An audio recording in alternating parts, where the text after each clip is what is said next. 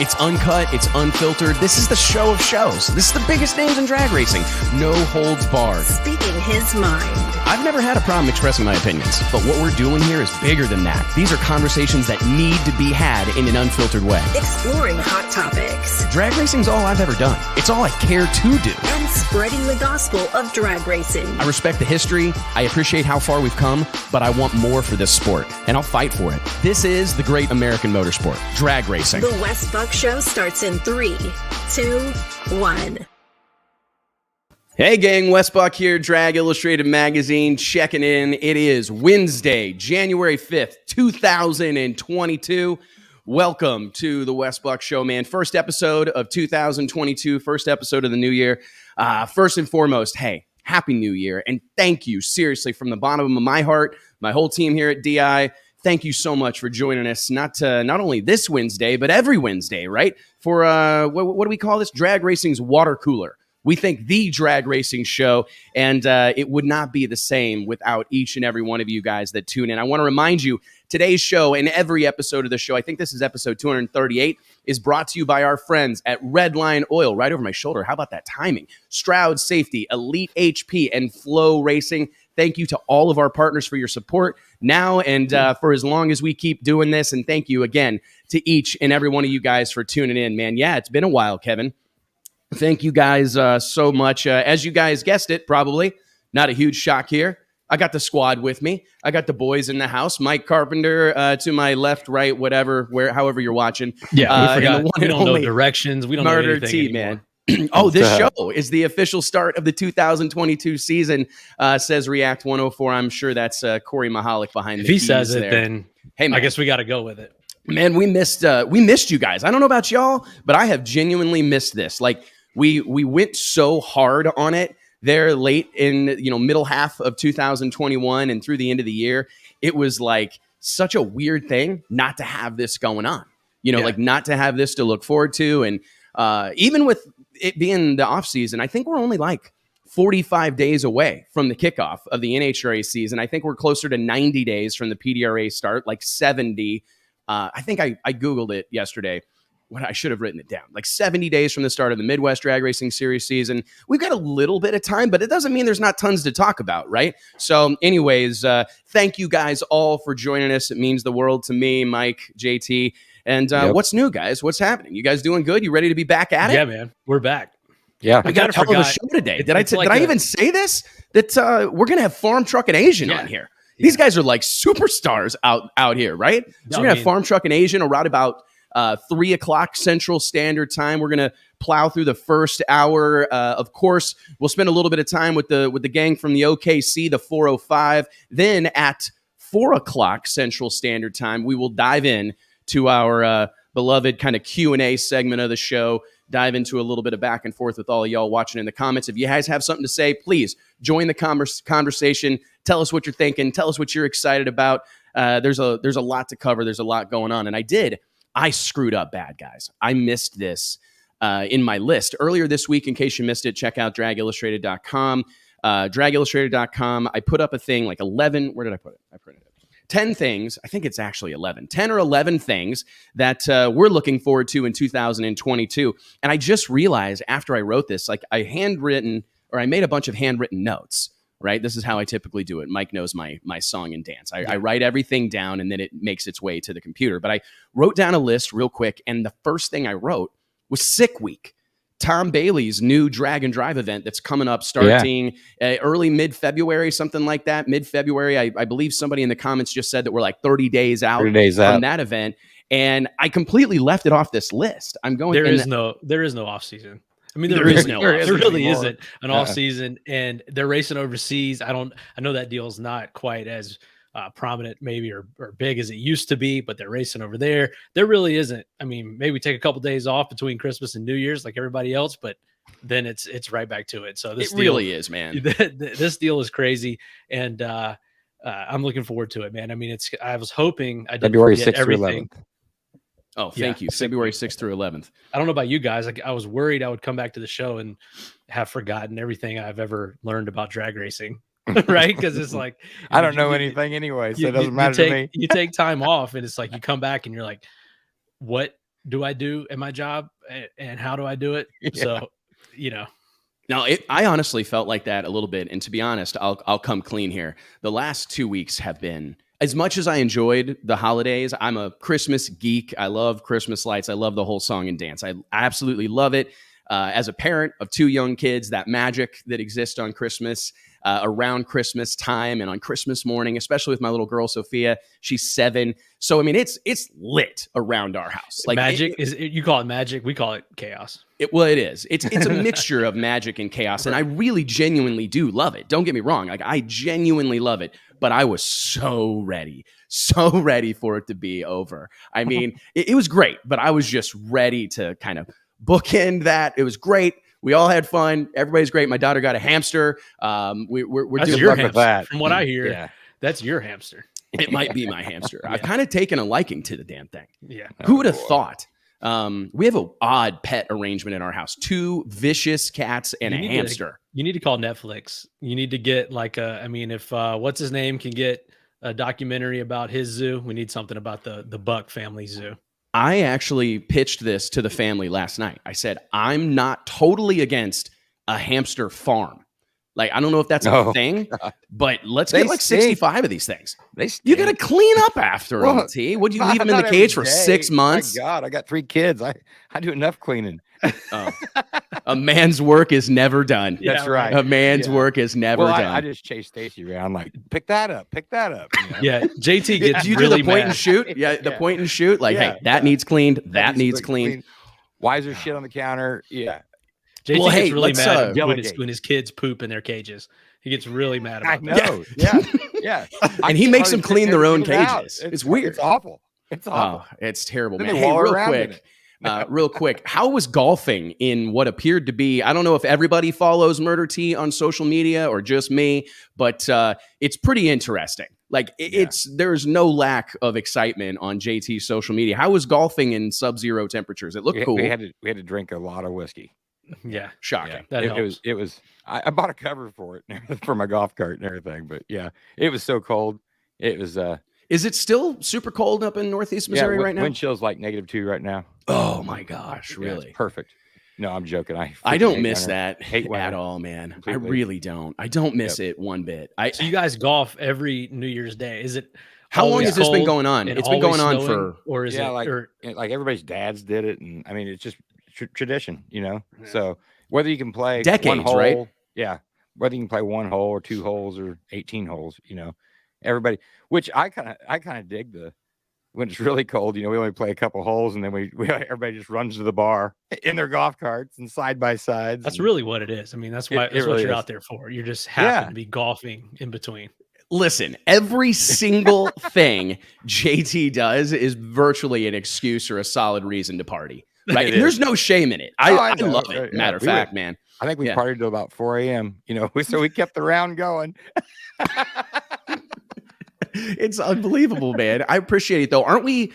I don't mean to get ahead of myself, guys, but didn't you guys start laying the foundation for laying the groundwork, if you will, for a Drag Illustrated golf tournament sometime in 22? We were talking about it. Yeah, I think it needs to happen.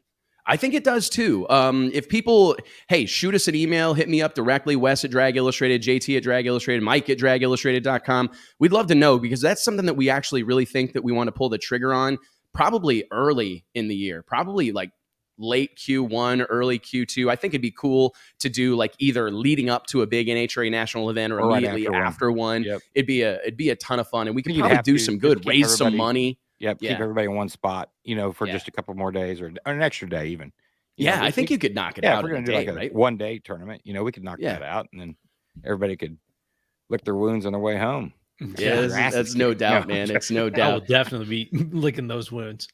Well, guys, we got a lot to cover. I mean, even like I said, with there being 45 days until the NHRA season kicks off with the Winter Nationals out in Pomona, we've got the PDRA coming up April 7th through 9th, race 1, the East Coast Nationals out there at Benson, North Carolina's Galant Motorsports Park. The Midwest Drag Racing season opener is like the second weekend of March, I think. Like the 15th, 16th, 17th at Extreme Raceway Park, right down the road from me, outside of Fort Worth and Dallas area. We got some stuff coming up, but I gotta tell you, the first thing I wrote on my list, and I do want to talk about Sick Week because I'm genuinely excited about what Tom Bailey, Luke, that whole group are doing. It feels very significant. There's a lot of momentum behind it, a lot of energy and enthusiasm. We talked earlier last year, in the summer, I believe, with Alex Taylor, a handful of other people that are part of this drag and drive scene. And this deal is gaining a lot of momentum. I mean, these events are popping up, this one, and the caliber of event that they're putting together, like all the graphics and all the signage, everything looks fantastic. So anyways, I'm very excited about that event. But after what we saw at the 50th annual running of the Snowbird Outlaw Nationals in Bradenton, Florida, at Bradenton Motorsports Park, the house that Victor Alvarez built, I got to tell you, I'm pretty excited for the U.S. Street Nationals coming up at the end of the month. I think Mike and I think the three of us should try to go. Yeah. It's January 28th, 29th, 30th, again at Bradenton Motorsports Park. $32,000 to win. Outlaw 8th Mile Pro Mod Shootout, guys. I think this is going to be, still that time of year, right? We're still in those mine shaft conditions time of year. That favorite rule set of mine that pits all these different combinations together on the Outlaw 8th Mile. We got turbo cars, blower cars, pro charge cars, nitrous cars, screw blower cars, everything in between, all doing battle. And I think, I wrote this down, there's like 60, I don't know how many it is. Over 60 cars are already pre-entered. It's going to be a barn burner. I mean, 60 presented by freaking M&M Pro Mods? Transmission. Yes. Shout out to our buddies in Jefferson City, Missouri, Mark, Mickey, and the team there. I think Mark's been in like Switzerland or Sweden something like or that. something. He was like staying in a tree house. No, Because I was gonna text him for an ad, and then I was like, I think he's in a tree house out of the country. Yeah, which looked pretty cool. Like the whole front of it was glass, looking out over. It did look cool. Yeah, it looked really cool. Yeah, I'm in on that type of stuff. I love those experiential type of deals. Like he must have heard that they had a lot of clutches and manual transmissions over there. He's trying to I thought you meant his Pro Mod. He's trying to solve issues. Yeah, there's none. There is absolutely none, right? Can you imagine? If you think about that, and I don't mean to derail us. I'm going to derail us a bunch today, but it's like Drag Racing Central. Ever thought about doing a PDRA ride-along presented by Flow Racing? Yeah, we're working on some stuff like that. We're going to bring the ride-along back, I think, next Monday night. Street Outlaws premieres next Monday night. The kind of flagship show, the original cast, the 405 show. And part of the reason we're bringing Farmtruck and AZN on today is to promote their new show, which will air immediately following that Monday night, January 10th. So I think we're going to bring the ride-along back. Maybe we could either start early or stay late and watch a little bit of Farmtruck and AZN, kind of support the movement and whatnot. A cool thing for them. But I want to go back to this the U.S. Street Nationals deal. Did you ever think, I mean, if you really think about it, it makes perfect sense that M&M Transmission, right, the world leader in turbo 400 automatic style transmissions, right? I mean, it was certainly in that conversation. Can you imagine telling somebody like Scotty Cannon or Charles Carpenter or Shannon Jenkins or any of those early Pro Mod guys, Robbie Vandergriff, any of them, that the Pro Mod division at this huge race is going to be sponsored by an automatic transmission company, right? Transmissions similar to those that are in like Suburbans, right? You know what I mean? Like, isn't that insane to think about? It really is. I mean, it's crazy. It's something we've talked about many, many times. But do you think that's the reason, though? To that point, do you think that's the reason we see 60 some odd cars? Is that what I mean? Has automatic? How significant do you believe automatic transmissions have been to the inventory of Pro Mods that we see today? I don't think it's been, I mean, if you compare the inventory of Pro Mods today, I would still say that's on par with the past, especially if you look at a lot of these entry lists from like the early 2000s, but the barrier to entry has been lowered. And I don't mean that as a slight to anyone or anything, but it's made it feasible for someone to build one of these cars, and just knowing that it's going to be repeatable. It's going to go down a variety of surfaces. You can run it. I mean, I'll be honest with you. I've never been to Bradenton. I've never been to the U.S. Street Nationals. And a lot of the reason why is because you ask my old man, hey, Dad, you want to drag our stuff out in January and go run in Florida where, it's going to be, it's obviously Florida, but it's mine shaft conditions. Track's going to be on kill. We may tear up every component of the car, shake the doors off of it, but we also might haul ass. He's going to say, no, we're going to save our stuff for the season. Whereas you go out there with an automatic transmission and the slew of other technology that's come along since then. And these cars, they can race in the heat, they can race in the cold, they can race at night, during the day, on any prepped surface, pretty much. And I think that's lending to the success of a World Street or a U.S. Street Nationals, of Snowbird Nationals. People want to race in these conditions now. I think previously it was if you had a new car, if you had a new combination, if you just really needed to get a test session in to start the season, then you would maybe go. But now it's like it's a marquee event. So I tip my hat to everyone involved with this, and I think that they've latched onto that. But it is a relatively new concept, in my opinion. I mean, this race has been around forever, as have the Snowbirds, but just the intention of it has changed. I agree, man. And I don't mean, again, it's not a slight. Yeah. But that event to me was like a little bit of a warm up, right? In a lot of ways, it was kind of it's a big event. A full blown deal. I got goosebumps. I mean, you can have goosebumps just talking about it. And in the past, I don't know that was necessarily possible. I mean, you could go down there and it's 85 degrees or whatever. So it's not, like you're racing in the middle of winter or anything. but it's still it's a variable conditions, and a lot of these guys are going down there to really see, like, stress test their stuff, and that just it's a whole different world than it used to be with the clutches and the Linkos. So I got a fun one here, and we're going to get so derailed off this. We got like 40 minutes to go through. That's pretty much this our whole specialty. list. Yeah, we're about to get real off course, but I've seen this come up a lot, and I actually mentioned to you guys just a few minutes ago in the green room. I had a really high level guy from the NHRA, the National Hot Rod Association from Glendora, California, ask me during PRI, to my face. It wasn't something that I heard secondhand. He came up to me and he goes, "Hey, Wes, what do you think about..." Drag Illustrated Summit. Yes, during the Drag Summit, Illustrated Pro Mod Summit. Yeah, first annual. All y'all pat yourselves on the back, bringing people together, uniting people all around the world, doing our best. Oh yeah, do you guys notice I shaved? Well, I got a little bit of jawline. I'm losing some weight. Get my jawline back. We're still trying to process it. I think the whole no audience beard. as well.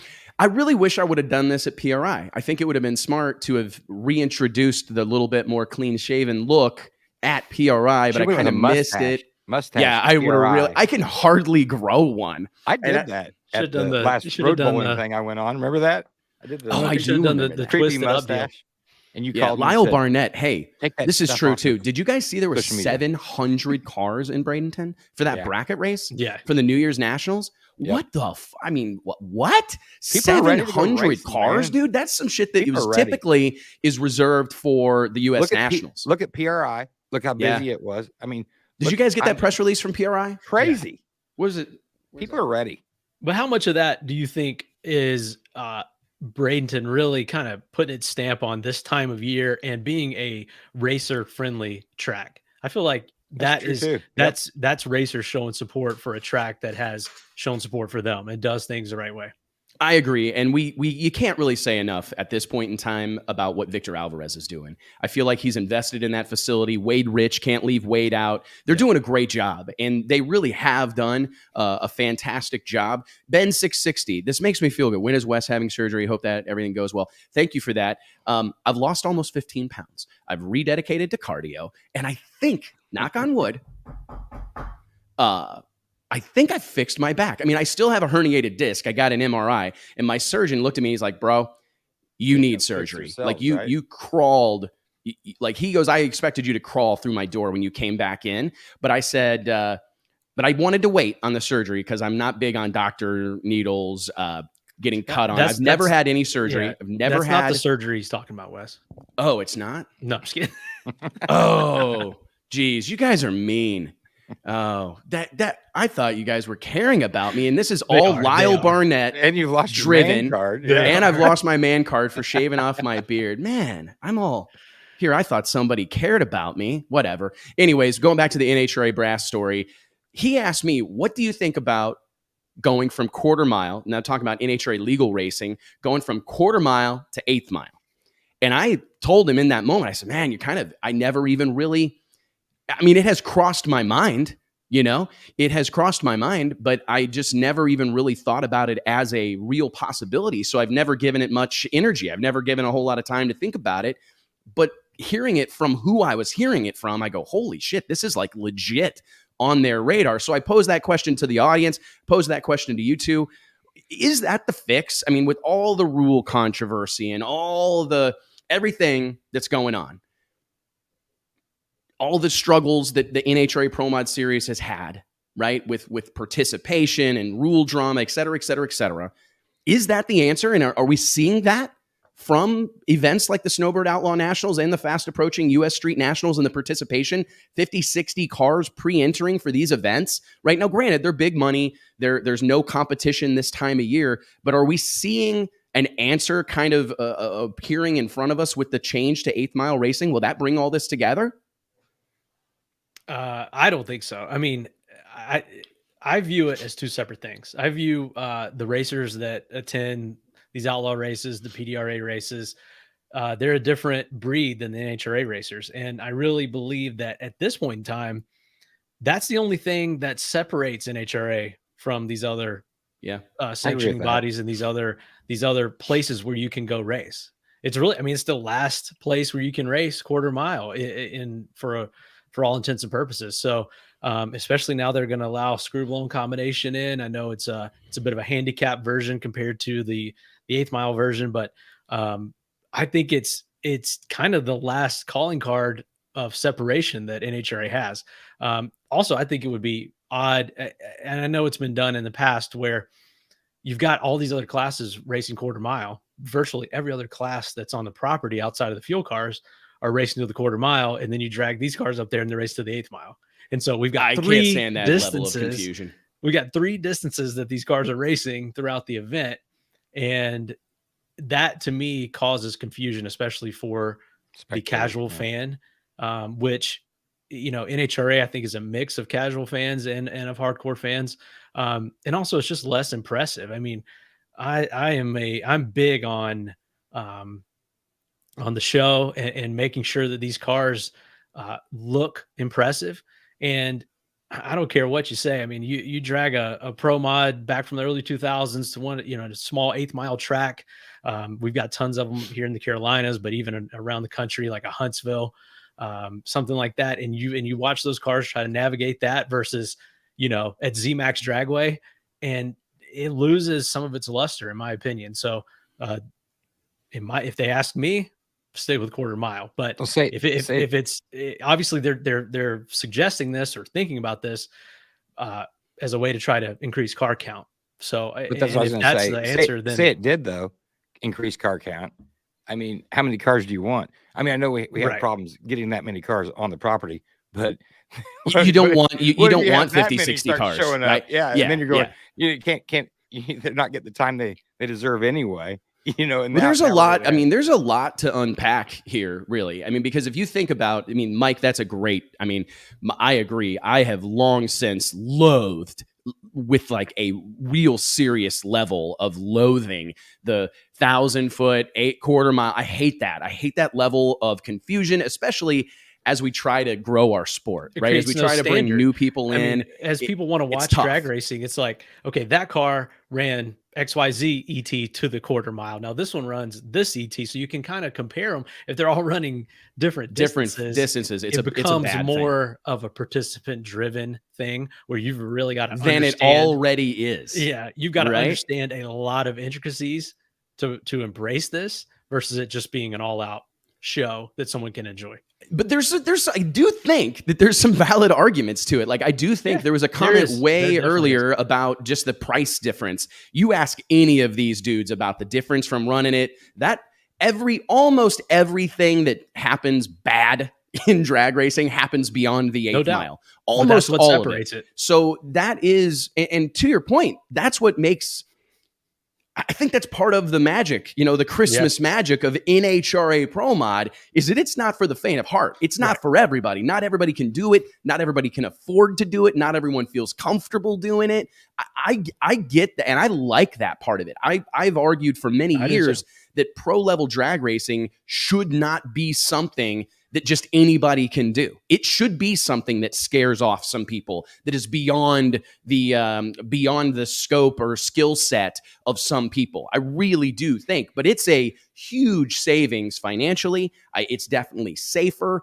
I do think there's a lot of examples that would indicate that you can create some pretty significant parity on the 8th mile. For sure. I think the turbo cars, the Pro Charger deal, I think if they let the screw blower if they're not careful, it's going to run away with things on the quarter mile. So I do think that there's an argument to be made to it, but I think our buddy at NC Pro Mod, he really, I skipped over this and I didn't mean to. Is it really the rules that are drawing everybody down to the U.S. Street Nationals or the Snowbird Outlaw Nationals, or is it $50,000? Is it $32,000? Right? I mean, you go run an NHRA national event, and I know there's been a lot of talk and a lot of like kind of discussion about the NHRA Pro Mod series improving, heading in the right direction, paying contingency, paying round money, but it's still typically $10,000 to win. I think $3,000 to runner up, and I don't mean to, kind of give that a cold shoulder, but that's not really dollar figures that get people excited in this day and age. I mean, and you can point to us. I think we started that trend with the $100,000 to win World Series of Pro Mod. We did that 3 years in a row in Denver. Donald Long follows that up with $101,000 to win Sweet 16 for Radial versus the World. I believe that happened for a few years. We did the World's Door Slammer Nationals for a couple of years down in Orlando, 75,000 to win in Pro Stock, 50,000 to win in Pro Mod. I think that the dollar figure has a lot to do with it from across the board. And I wonder if that is where the NHRA should start looking as compared to like, hey, let's bring in this car, let's bring in the screw blowers, let's change this safety rule, let's whatever. Maybe that's not where you should be looking. Maybe we should be dialing for dollars and trying to sell some sponsorships or something so that we can pay significant money to these men and women who are risking their lives, and spending their children's inheritance going pro mod drag racing, right? Yeah, I mean, there's a valid argument for both directions. I think it's too early to do it. I think if NHRA continues to struggle in drawing cars, that it's something to look at. But as has been suggested a couple of times in the comments, I'd even be for them going to 1,000 foot first. Doug Winters, longtime NHRA Pro Mod drag racer, guy who has supported the series endlessly. He suggested to me 1,000 foot, and so did Larry Morgan. Larry Morgan, who is co-crew chief or car chief alongside Frank the Ace Manzo on Mike Castellana's Alanabi Performance sponsored Pro Mod Camaro. He told me at the Texas Motorplex at the Fall Nationals late last October, he goes, man, they could fix this deal if they run them to 1,000 foot. I don't know. It's interesting. It'd be easier for the spectator. It would. Yeah. I'm against having all these different distances at one event. If the whole event's running the 8th mile, I'm for it. But all these different distances is a problem. I tried the 1,000 foot before I went to 8th mile, but it all comes down to car count and, like you said, payout. So we'll see what happens. I think NHRA is in a good position maybe to make some of these decisions and make some changes to the payout. So we'll see. We'll see if that pressure continues. I think competition is good. We've talked about this a lot, right?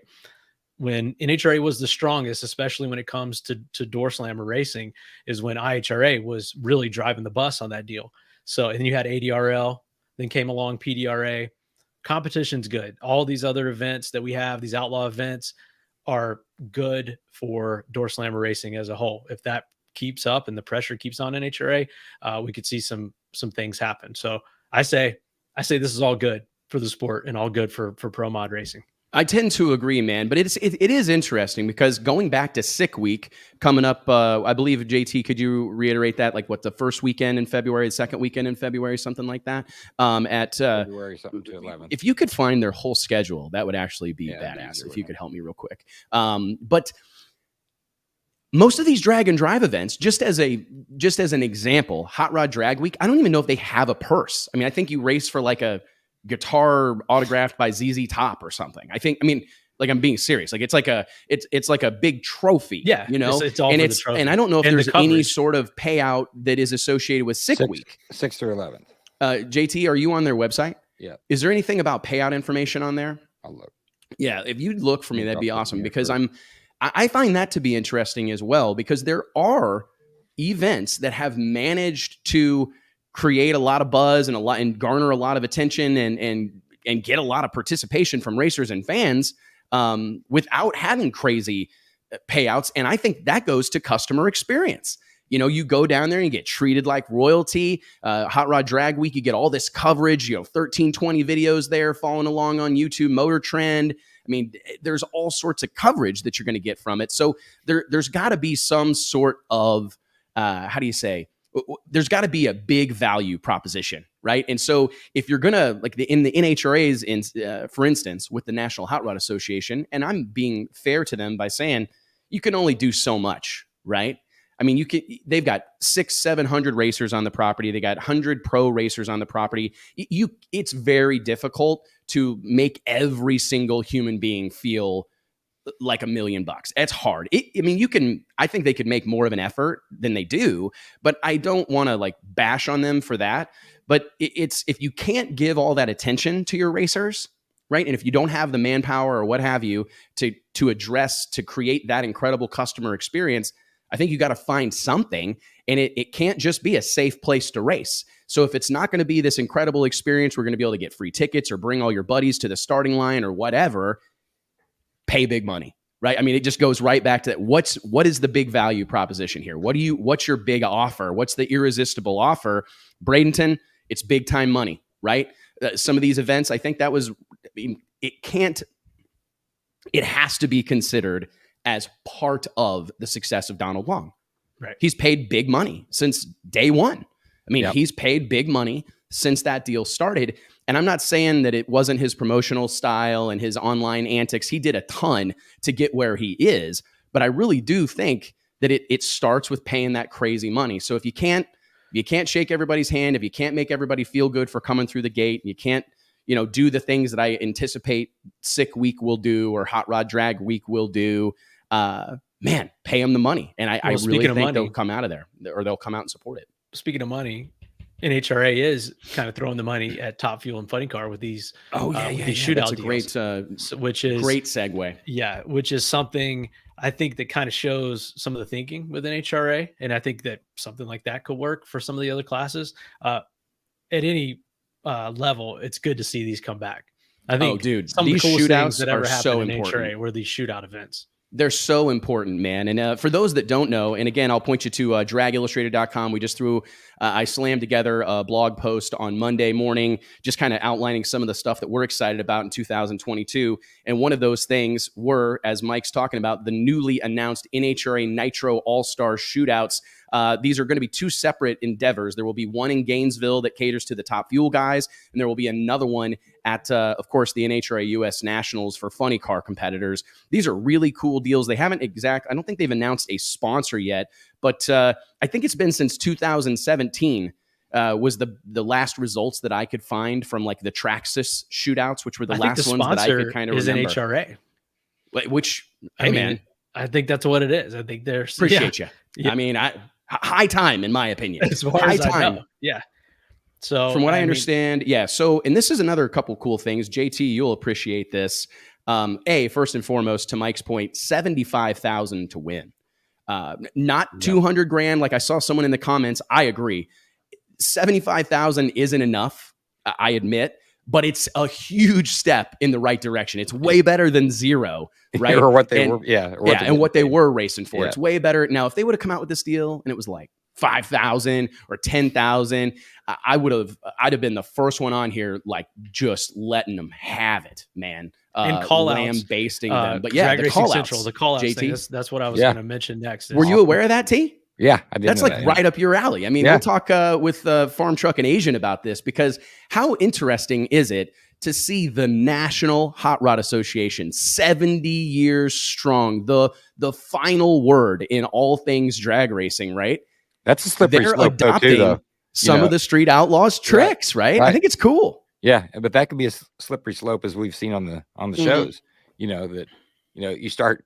At first you're going in there, you're going, yeah, I'm pissed off at that guy, I'm going to call him out or whatever. And then you go, wait a second, I need to go rounds, So, hey, buddy, I know you're hurt. I'm going to call you out. Team strategy. Yeah. I mean, there's no doubt we'll see a little bit of that. I'm hoping the problem with call outs, and this is something that the NHRA is going to find, is you can't force that type of thing on people. Like in the street race world, in the Street Outlaws world, in the Cash Days world, that's common, right? I mean, that's just part of the deal. It's been a well-established part of the deal for a long time. And they're actual grudges. Yeah. And it's going to be, you can't manufacture them. We can see right through that deal. Now, if these guys have got to be able to step out there and not worry about, I like this. No team call outs. That's a good idea, actually. Yeah. These guys are going to have to get out there and not, and no worry about sponsors and saying something or whatever. They really got to embrace exactly where I was headed, man. Yeah. Because as soon as it will blow up in their face and backfire if it's inauthentic. Like if somebody from NHRA gets in someone's ear and says, "Hey, Brittany Forrest, you need to like aggressively call out someone or whatever," I don't think it will play well unless she's an incredible actress, or that person can really sell it. But John Force, there's only a handful of guys that I can think of off the top of my head in NHRA Top Fuel and Funny Car that I think could really sell like a grudge race. Yeah. Corey Mahalik is in the comments right here, React 104, saying Sean Langdon is absolutely calling out Leah Pruitt Stewart. That would be interesting. I think there is a legit rub there. It would be cool to see Steve Torrence call out Brittany Force or Brittany Force call out Steve Torrence. I do think there's some opportunities there. There really are. But at the bare minimum, a chip draw will suffice. Getting all these guys on the starting line, letting everyone see their reactions, that's so important. And it will make for TV gold, bro. It was awesome when we did it. If I'm NHRA, I would, I'm going to give out this idea right now. I'm big on telling everybody my ideas. I would do like a chip draw cam or something. I would have a camera set up that is sold to somebody and sponsored that's down there on the starting line. And I would certainly make a huge production out of getting all these drivers on the starting line to see who they're going to have to run. Because that's an experience that we don't ever get to see. Like, I want to see the look on Brittany Force's face when Steve Torrence calls her out. And right? that's something. I mean, that's something got to that see that. That's something we found out at our races, right? I mean, when we implemented that, we were a little bit worried about how it would be received. Would these guys play along? Would this be a big deal? And we've gotten feedback. I mean, we see it on their faces and we see it from the reactions when it actually happens, but we've gotten feedback that that's a highlight of the event. It's one of the coolest parts of our events that the drivers have participated in. So I think, and you got to make them chip draw the whole way.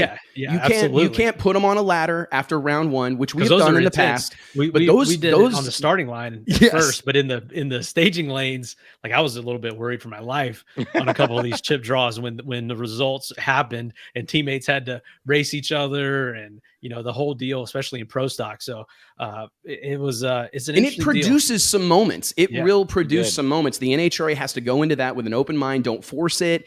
Don't try to choreograph it too much. You know, maybe pour a little fuel on the fire and try to plant some seeds beforehand. They were but you need to let it happen, man. I mean, and as soon as what'll happen is one guy will smart something around off a little bit, right? One guy, and then it will. Is he joking? It'll happen. Is he joking? I don't know if he's joking. Maybe he's not joking. Maybe. Oh shit! You know, I mean, it just takes off, right? Yeah. I mean, and that's exactly what'll happen, and this will be a huge thing for the NHRA because we need.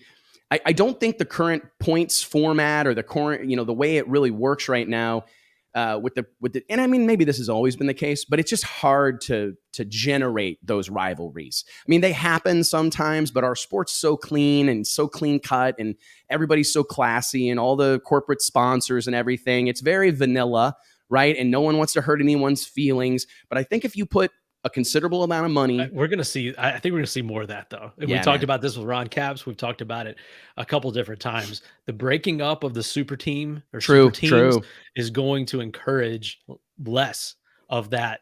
I'm just going to stay in my lane, thank my team, say I'm racing the racetrack. Thank God. That whole deal. You know? Right. Yeah. So I think just running my lane one round at a time. Right. I mean, if somebody says one round at a time again, I don't know what I'm going to do, but it's so funny, man. It's one of my favorite phrases.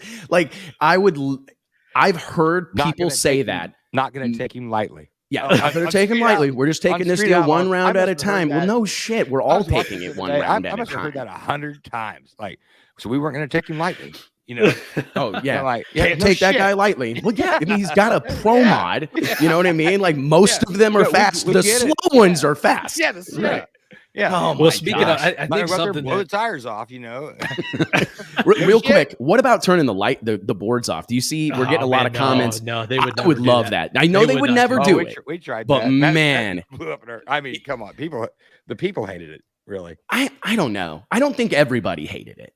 I think some hardcores hated it. It depends what you're expecting, and I think the NHRA crowd would revolt if the scoreboards are turned off. Whereas you go to a no prep deal, obviously, and I mean they don't even know what those numbers mean. Are on. So it's you go to a no prep Kings race and a number flashes up on the scoreboard and they're like, is that what time the concession stand opens? Like, what's that in reference to? Somebody's getting fired. Yeah, somebody's getting fired here. You know? Yeah. Oh, it's so funny, man. I think something that we're all drawn to, and it keeps Tyler Crossnose jumped in here and mentioned the chip draw at PDRA Pro Stars, which we're excited about again in 2022. But then also Texas Stampede of Speed, Norwalk Night of Fire. We've talked about the NHRA shootouts. These one-off events, I think, are a huge thing. We've had conversations with some other media outlets and some other entities in the sport. We need more of these one-off events. I think that those are huge, and I love to see the kind of push that's being made toward those. I agree, man. I think we've been talking about this, I believe, probably for the last 2 or 3 years here on the show, just that these big marquee independent events are super important. You know, what the PDRA is doing with the Pro Stars event, I think that event adds to their whole series, right? Like that marquee happening, that high water mark type of deal, or a deal that produces a high water mark, it impacts the whole season long series. It's a great thing, keeps people talking. I think these shootouts will be, I mean, how much more significant is the NHRA Gator Nationals going to be? I always love that race. I mean, it's a huge Mike, race you and anyway. I joked about that earlier in the week, that it's kind of like, we joke, but that's like the first race that we're kind of excited about, because that is the race to go to, in my opinion. It is. If If you're a drag racing fan of any type and you haven't been to the Gators, you need to go. Like that is an event unlike, I honestly enjoy it more than Indy. I mean, it's special, man. It's special. Uh-oh. Quarter mile west, 8th mile west. Oh, that's hilarious.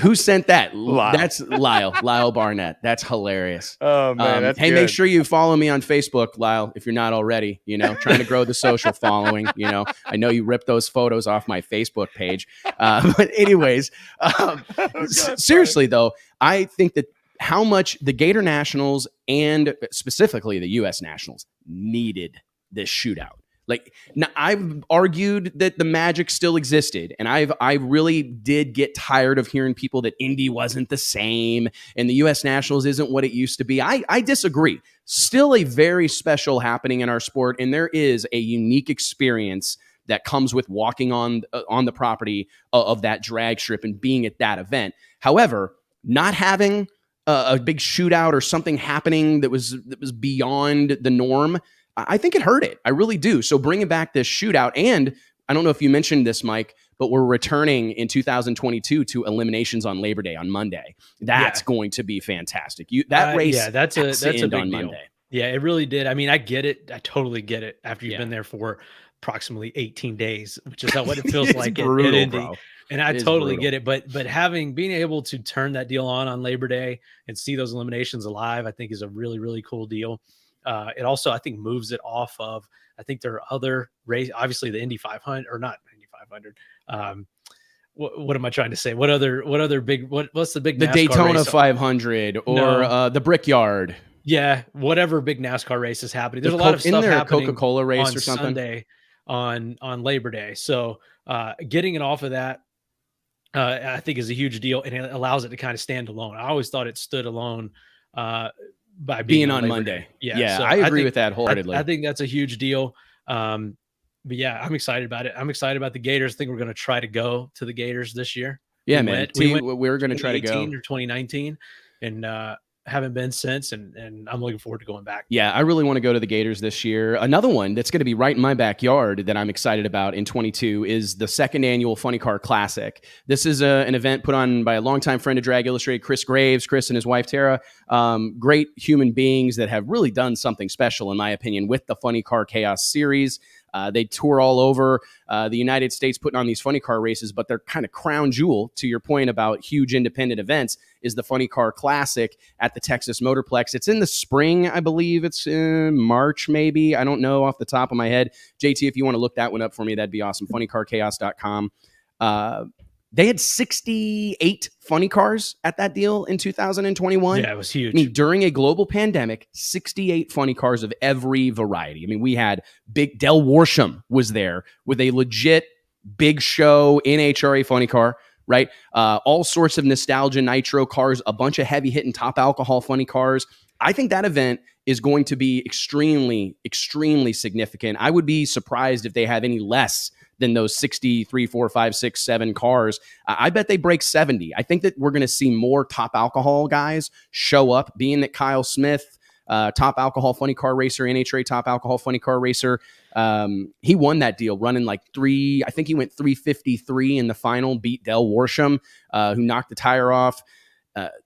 Seeing a car like that win, I think we may see some more top alcohol guys show up and be a part of that deal. I'd love to see that. Even outside of that, I think it's just cool for guys that don't race other series, that have a car dedicated to that. Yeah, man. Have a place like that to race. Not to mention the whole series that Chris Graves put on, but that event in particular, just to have, again, a marquee event for that type of racing, which is a wave that's coming. Nostalgia funny car racing is huge right now. So I'm excited about that. To me, nostalgia funny car racing reminds me of early days of Pro Mod. I say that a lot about No Prep Kings. I say that about some other things, but these kind of down and dirty, gritty, I agree, driver involved series are right up my alley. So same here, man. Speaking of No Prep Kings, I'm excited about NPK. I've been trying to get my hands on their schedule because I want to go to a handful of those this year. I really had a ball at the Motorplex back in October. I was there for 18 days, like you were saying about Indy. I was basically at the Motorplex for 2 weeks solid. The Texas Stampede of Speed butted up directly with the Street Outlaws event. It was great to go and see the No Prep Kings show and all those guys. It was a great racing, way better competition, and the on-track product exceeded my expectations by tenfold. Truly. I honestly thought I would go there and see a half dozen full pulls. You know what I mean? We get down to the finals. We need to know. We've seen a few races or a few venues that have leaked out. I think from Texas Motorplex, Rockingham. They're going to Rockingham this year, which is cool. Oh, that'll be a good one. VMP, but I would love to get my hands on the full schedule. Sam, let us hit dragillustrated.com exclusive. If at all possible, NPK hit us with schedule. that NPK schedule. But that event, seriously, man, if I think back when I went there, admittedly, it was the second time I'd been to a No Prep Kings event. And when I went, and you just think about a truly no prep surface and the caliber of cars that exist, and this is no slight at any of the tuners and drivers, I just thought I'd see a whole bunch of cars blowing the tires off, right? And you do see them move around a lot, and you certainly see some aborted runs, but nowhere near what you would think. The caliber of competition far surpassed anything I ever anticipated. I mean, some of the races were badass racing, man. Cars welded door to door. It's brutal. It's a good show. It's a good show on and off the track. We've talked about Chris does a great job on the mic, keeping the energy up, and then just the fan engagement in the pits, merch everywhere. Everyone's got their full setup. The ready enthusiasm to engage the fans. it's an so awesome unique. And to see some fresh faces like our own Paige Coughlin of the Jegs family is going to make her No Prep Kings debut at some point in 2022. I think they're going to try to go to the season opener. I think it's going to be cool to see who shows up in that world. I want to see who all is going to go down and try to race their way in. Who can swallow their pride enough to go race their way in? I mean, that's what we see a lot, right? I mean, everybody you said it, bro. Hey, you're 100% race forever. Right. Why do I have to race my way in? Well, no, you're 1,000% right, set man. up, So it is how it's set up. Go do it. I don't know. That's how I look at it. I point to the guys like I really am. And I understand the perspective of like a Stevie Fast Jackson. And I understand the perspective of like Ricky Smith, these guys that are icons in NHRA or high level door slammer racing going, you know what? I don't want to go stand in line. I'm a multi-time world champion. I shouldn't have to stand in line. But I think that by Paige Coughlin, part of the Jegs family again, right? I mean, her dad is Troy Coughlin, right? Of Jegs fame. They could certainly probably throw their weight around if they wanted to try to get some sort of special treatment. But the fact that they have the class, the self-control, the respect of the game, right? And the appreciation for what's happening to go, you know what? We don't want any special treatment. Well, we want to go in and race our way in. And if we make right, I just think it's impressive, man. It's like a different sanctioning body, so if you're racing PDRA and you're winning championships over here, you can't just show up and expect the red carpet to be. And that's not what they want. We've talked about that a lot. We've talked about it a lot where they don't. I mean, Ricky Smith's not going to go over there, and they don't really want Ricky Smith.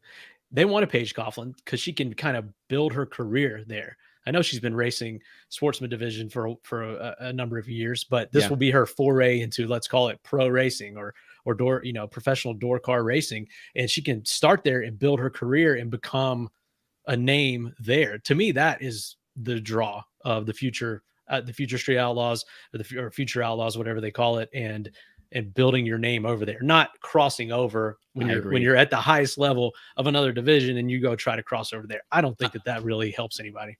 10,000% agree, man. And it will be neat to see that unfold. I mean, Callie Mills comes to mind. I mean, there's a lot of people. I mean, I don't know that Callie really got the respect that she deserved in 2021, not for like winning a bunch of races, but just going and fighting the battle, right? Just showing up, right? I mean, it's to me, I found that to be very respectable that she would go show up at all those races, travel around the country doing what they do. Many of those races were back to back to back to back. To show up and throw your hat into the ring, hoping for your opportunity. And we've seen it pan out. Justin Little Country Swanstrom went and raced his way in, or whatever you want to call it, did the future Street Outlaws deal for, I think, most of an entire season. He tore up a bunch of stuff, hate, man, but wrecked the car. I think he's a piece that they were kind of missing in that, Justin's loud. I mean, he is who he is. We've known him for a long time, but hey, we talk a lot about, he's passionate, I mean, dude, yeah, no doubt. We talk he'll about say whatever the hell he thinks. If it literally barely skims the top of his mind, it's out. It's out there. He's saying it. There's no doubt about it, man. Oh, it's unbelievable. How about we go to we talked about future outlaws. How about some of the original Street Outlaws? Yeah, let's talk a little bit about some of the original Street Outlaws. They're hanging out right now in the green room. Before we bring them on, I want to tell you guys, remember, huge shout out to all of our sponsors: Redline Oil, Flow Racing, Stroud Safety, 100% made in America safety gear, Elite HP, the world leader in new and used high performance parts. Make sure you support the people that support us and make this show possible. Thank you to all of them. Your support means everything to us, and we will certainly not soon forget it.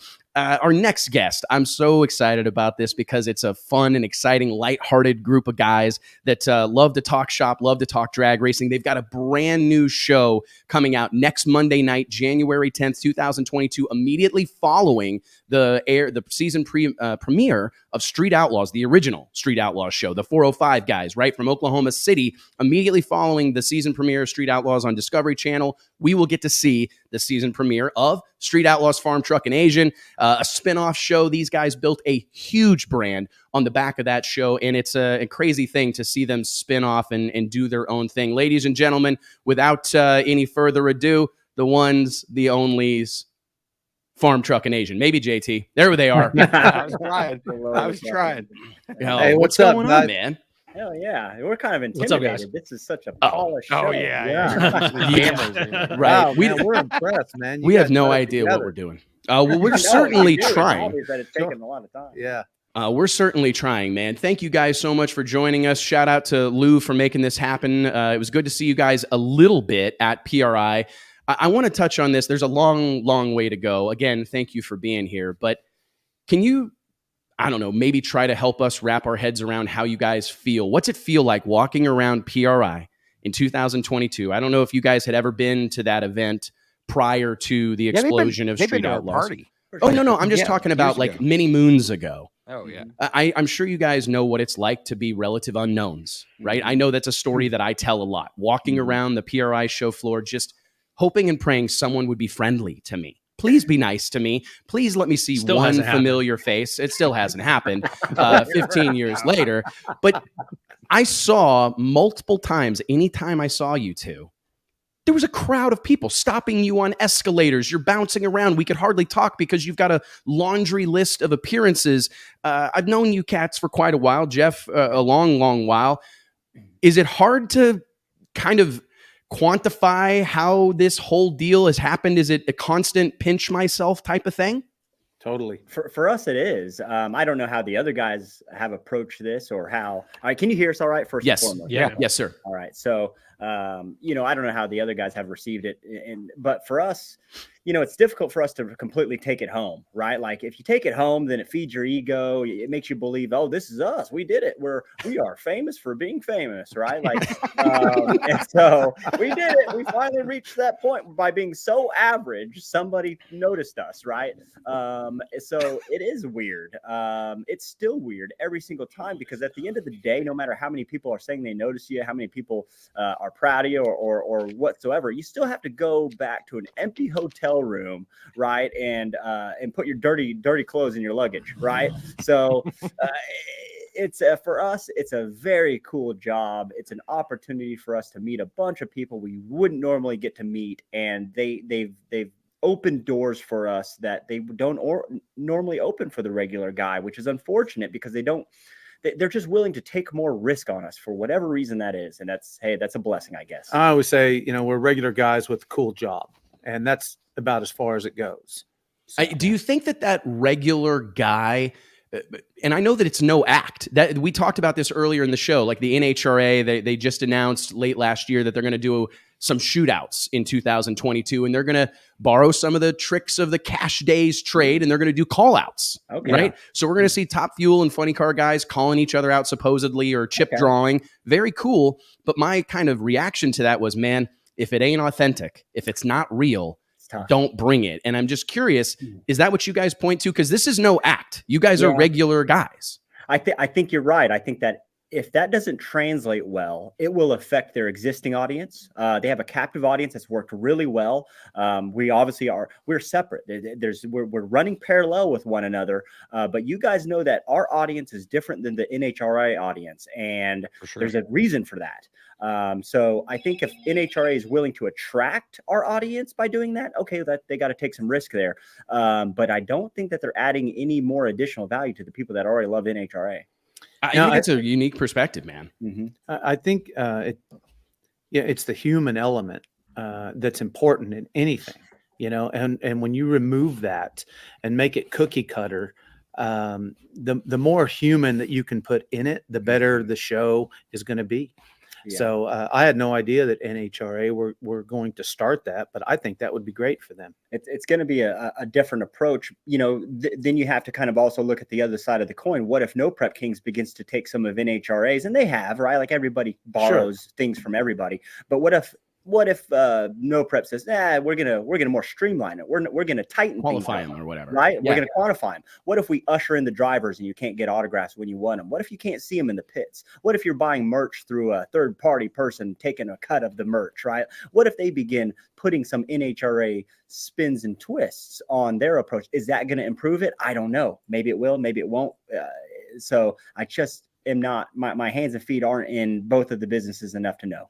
I think it all boils down to being authentic. Like, it has to be real. Like, that's one of my biggest fears, that like the NHRA introduces something like this and they get in everybody's ear and be like, hey, go out there and kind of act like a dick. Or go out there and it's like, hey, if this isn't a real thing, if it's not like WWE works, but those people know that they're in on the joke. That's right. And that doesn't exist in pro level drag racing. So to your point a minute ago, Farm Truck, about the human element, one of the things that I've really appreciated about both of you guys specifically, and there's obviously a lot of incredible human beings on the show. I remember when we put you guys on the cover of the magazine, which has been a really long time ago, but like everybody was so great and so friendly. And I was blown away by like, man, these guys are legit rock stars in our sport right now around the world. And you guys were all gracious and wonderful to work with.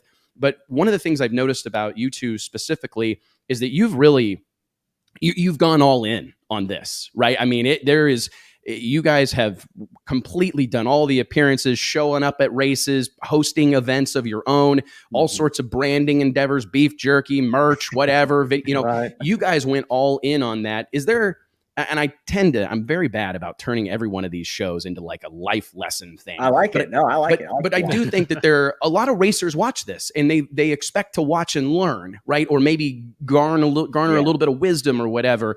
I'm just curious, was there a day that the two of you sat down and said, hey, we're making a conscious decision. I'm Farm Truck, you're Asian forevermore, and we are going in on this, right? Because I think some of the racers, like in the NHRA, in the PDRA, in these other sanction and series, that they get frustrated because they don't get all the hype and the love or whatever, but they're running a business through the week. They're running their repair shop. They're running their contracting company. They're not doing appearances. They're not talking crap on the internet or whatever. Was there a moment that you guys made that decision? No, there wasn't a moment like that.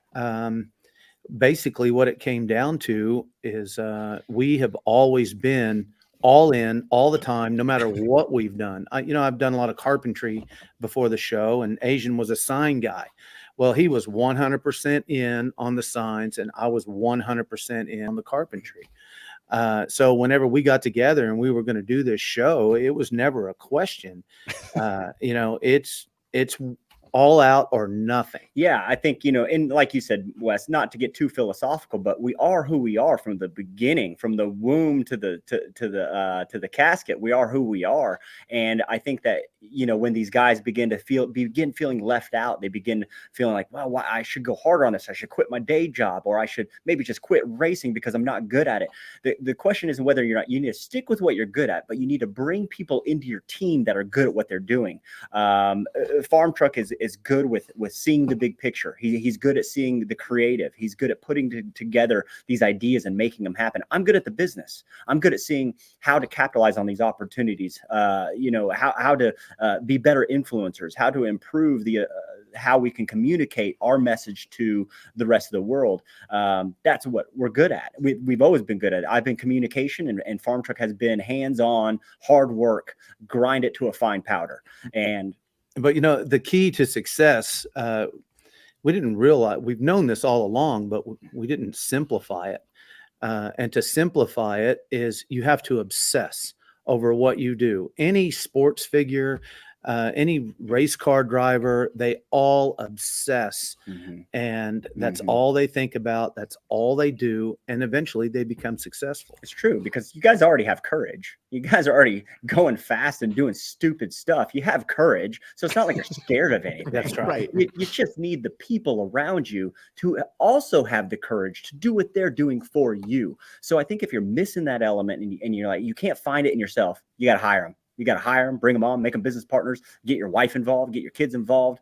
If you don't have time to mow the lawn, you got to hire somebody. Yeah, that's right. It's a great point, man. I mean, it really is a great point. And it's funny because that's a survey. There are people in our industry that that's how they make their living. Like, hey, Right. if you're not comfortable tooting your own horn, one of my favorite sayings is, if you don't toot your own horn, you can't complain when there's no music, right? It's not a quote it's not my quote, but it's a quote that I've borrowed from many moons ago, but I think it rings true, right? And if you're not capable of doing it, you probably better hire someone to do it. You probably better get somebody else on board. I got a little bit of a personal question, because this is something that I struggle with. Do you guys, putting yourself out there so consistently and living with the consequences? I know that I have times and I'll be transparent. People know me for wearing my heart on my shirt sleeve. Even on this show, every Wednesday, I get a little bit of butterflies in my stomach, and I go, nobody cares what I have to say. What am I doing? My God. I don't, who am I to tell everybody how it needs to be? And I have to pump myself up or take a shot of Stoli. I got to get myself over the hump to do it pretty much every week. How have you guys combated that? Because I know personally, I'm horrible with my own social media. Everybody on my team is dude, you got to hire somebody. People want to know. And I'm like, no, they don't. Nobody cares what I'm doing. Yeah. And they're like, yeah, they do. So how have you guys embraced that? For me, it's been a huge challenge. I don't know that it is for everybody. Based on some people's social media, it's no challenge at all. But how have you guys handled that? Well, it's totally been a challenge for us, but Asian and I, we've always been able to bounce things off of each other. Whenever I'm down, he's up. And, vice versa. He's the business, he's the internet guy, I'm the wrench. And we're able to keep things going. A lot of times we'll be struggling with something and on a build, and we'll be trying to figure out exactly how to do it. And then you get a fresh young mind that walks in the door like Asian that doesn't know much about building anything. And he says, hey, why don't you just drill a hole right down through the top, and then patch the hole later, and why don't we, and, there's been plenty of times when he's been designing a t-shirt or a flyer, and, I've walked in and I've seen the obvious. And should we put the date on that flyer when we're going to be there? Yeah. And, we're always helping each other along. So we're grateful for each other, that we can keep each other in check. So you got to have that team that always sees the inspiring side of you, the reason they got the job, the reason that they started working for you, the whole reason they still stick around. Lou is a good example of that. He is inspired for reasons we don't know, and he keeps us in check and says, all right, guys, today we got to do this. And to go back to what you were saying, you're saying it takes courage to get up on the mic. It takes courage to stand in front of the camera and say, okay, what I'm saying might be important.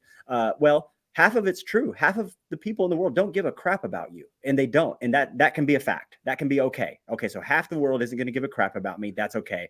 But the other half will. They will give a crap. And some of those just haven't found you yet. And you know what, man? There's not enough people with courage. It is your responsibility, right? Just like when you see someone broke down on the side of the road, well, there's a lot of people that can help them. Well, what if they don't like my help? Well, what if they already have help? What if they already called somebody? No, you got to stop. It's now your responsibility to stop and check on them.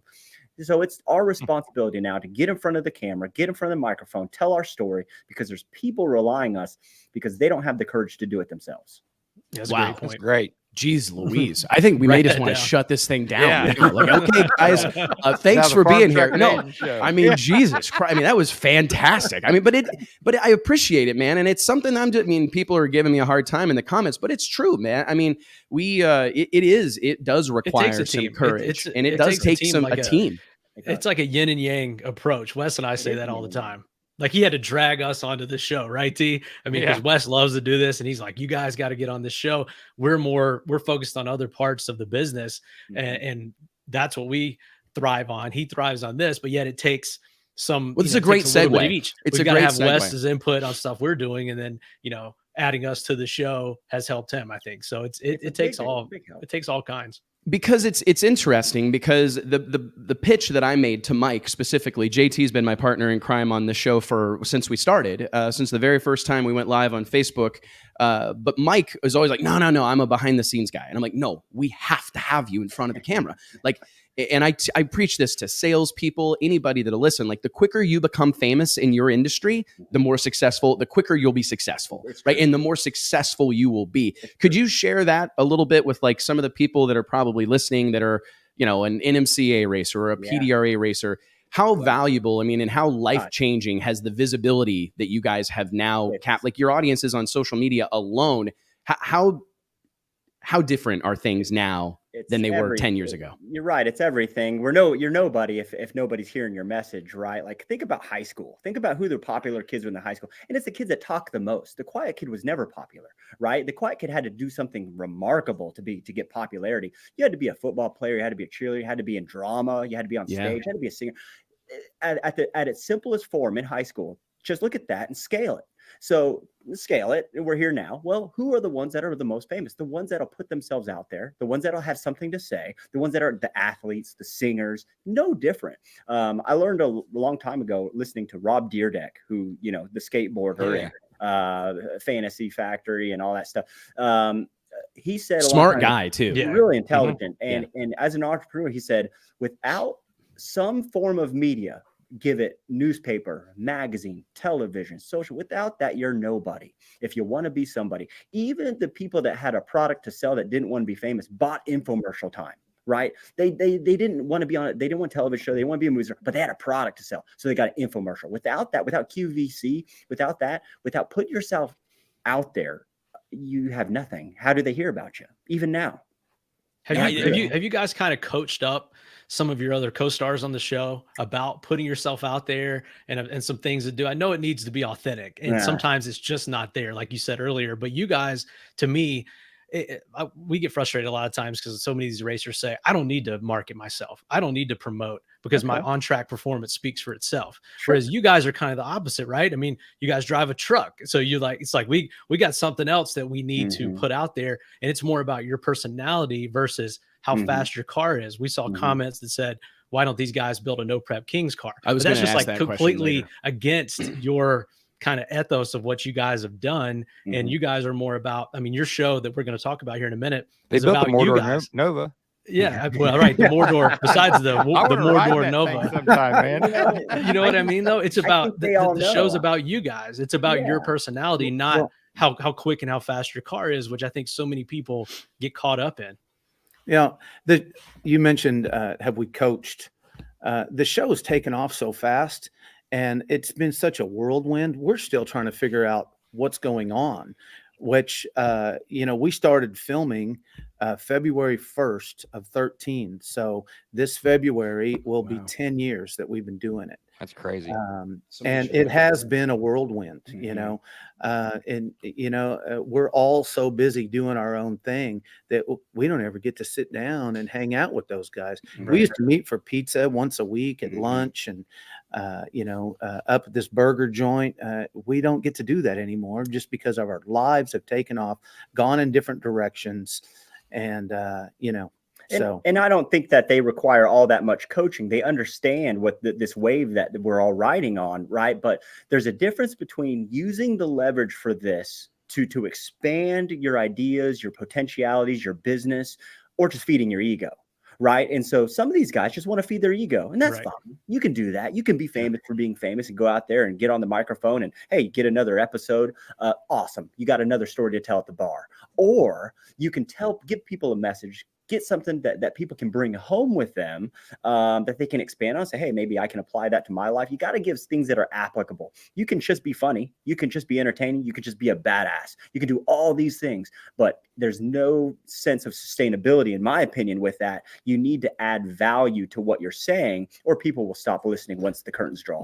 We've always said, if we're going to be successful, we need to wish success for everyone around us and try to help all those people be successful, because in return, they're going to help you. And if everyone was to do that, we'd all be a lot more successful, rather than being jealous of someone, putting someone down for whatever reason, whether it's funny or a joke or whatever. We want to help everyone, especially all the street outlaws in our circle. We'll do anything for those guys to help them be successful, because in return, we know that we'll be successful. I talk about that a lot. It's a scarcity mindset that a lot of times kind of permeates drag racing. I mean, I think it permeates all of society, but our sport is very, very, everybody's, what's the word? Really protective, right? Like, this is mine. This is my little corner of the sport. Sure, that's right. Yeah. And everybody wants to hold on to it. And we do. We preach that all the time. Like, a high tide lifts all boats. Like, what's good for street outlaws is good for drag racing. It's good for NHRA. Right, What's good for NHRA is good for street outlaws. And I think if our sport, and honestly, you've kind of got me halfway inspired, gosh darn it. And I've had goosebumps for like 7 minutes solid. But I mean, it's that's what we want to do. Like, that's my life goal, is to galvanize our sport. When we introduced Drag Illustrated in the fall of 2005, like, our whole goal was to remove all these barriers and boundaries. We wanted anybody, like, my little saying was always like, if you've rolled through the water and lit those bulbs, you're my kind of guy. I don't care if it's a super comp car or a farm truck or a pro mod or a top. I love all of y'all. And I think that we can accomplish a lot together. But it's this segmentation that exists in our sport. I mean, and we even see it, like, as much as the NHRA, everybody loves to bash on the NHRA, but as much as they have largely been resistant to the no prep and like the initially the illegal street racing or the portrayal of illegal street racing on Street Outlaws, I think there's been kind of a counter to that, is that I don't know that the no prep king guys, they're certainly not receptive to any of the NHRA people really showing up over there, because everybody gets a little standoffish, right? Maybe, yeah, I can see that. And so it is an interesting thing, but I do think that when I think about, I believe drag racing is the great American motorsport. I really do. Like, everybody can relate. I mean, it's not NASCAR. It's certainly not Formula One or IndyCar. Anybody, every man, woman, young, old, every race, creed, and color can respect pulling up to a stoplight. Yeah. Looking over, not today, right? I mean, everybody's had that moment. Or like, my grandma still to this day gets a kick out of whipping out. She calls it kicking it down and passing people. She still gets a kick out of it, right? She's 83, but I mean, it's like, everybody understands a speed contest, right? I'm going to race you from here to there. First one there wins. That's and for where our sport is at, I mean, we're not on. I was watching Sports Center this morning, working out, riding my wife's Peloton, watching Sports Center. I didn't see any drag racing. Right. I saw a bunch of NASCAR shit, and I saw all sorts of football, baseball, basketball, and all that. But I get frustrated because I think our sport deserves better. And that's why I'm so proud of you guys, so proud of what everyone in that world has accomplished, because really you're the tip of the sword right now. Right? I mean, you're the tip of the sword, and we need to be swinging that son of a gun around like crazy. So anyways, we'll get off of the soapbox of motivational speak here. But I'm curious. Jeff Hub Brown says drag racing version of male cheerleaders. Hey, I'll take it. I'll take it, man. Anything. I'll take it. I shaved to look like a cheerleader. No, I'm just joking. But have you ever thought about that? Because I think that's a valid question. I think about the brand and the following that you have. And clearly you're both capable of driving fast cars. I mean, has there ever been an aspiration of like, you know what? I want to try Ryan Martin on for size. Let's call Bickle and build a promo. You know what I mean? Like, and because I'm sure there are people that would happily support that endeavor. Has that ever, kind of crossed your mind, or is it too far from the brand? We're going to stay in our lane and let the fast guys be the fast guys. Yeah. And, we're the goofy guys, and we're happy where we're at. Yeah. We're not the average Joes that never got their shot. It'd be different if we were the average Joe that was really, really good at drag racing. But that's those other guys. It's the Daddy Dave. Those are the average Joes that got their shot, and they're doing it, right? Yeah. They look at us and they're saying, oh, Farmtruck and AZN have the potential. Yeah, but we don't have the mindset. We don't have that killer instinct. We don't have that. You have to be born with that. And the Ryan Martin, he's an outlier. You take the bottom, like with any scientific experiment, you got to take the outliers. You got to take the top, you got to take the bottom, remove them. Now you have the average. Now you have the scope. So we are the bottom outlier. Remove us. Ryan Martin is the top outlier. Remove him. Now you have the middle pool. Could we compete? Could we build something? Maybe, right? Like we never really put much thought into that, but we enjoy watching those guys make themselves successful as much as everybody else. And as long as we can continue to do what we do, we will stay in our lane. It's cool to hear, because I think that maybe there are people out there that think that they have to have a top fuel car to develop any sort of following or feel like they're doing something significant. And it's absolutely not the case. And I think that's one of my favorite things about the farm truck is that is a relatively, I mean, I don't know if it still has a conventional headed big block Chevy in it, but it did, right? I mean, that's an attainable thing. Like a guy could see you guys on television and go, you know what?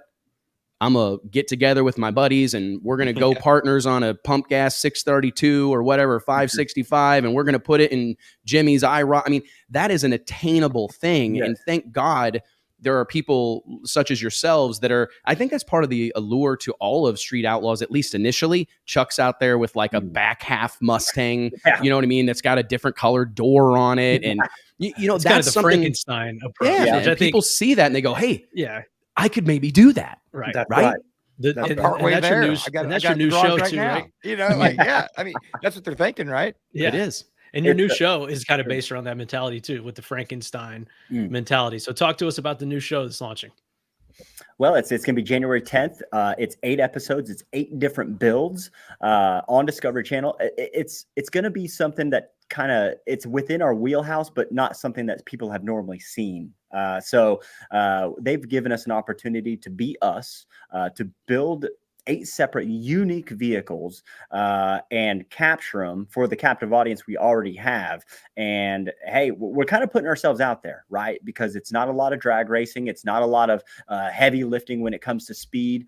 We are building unique vehicles, one-off, that we're attempting to make quick.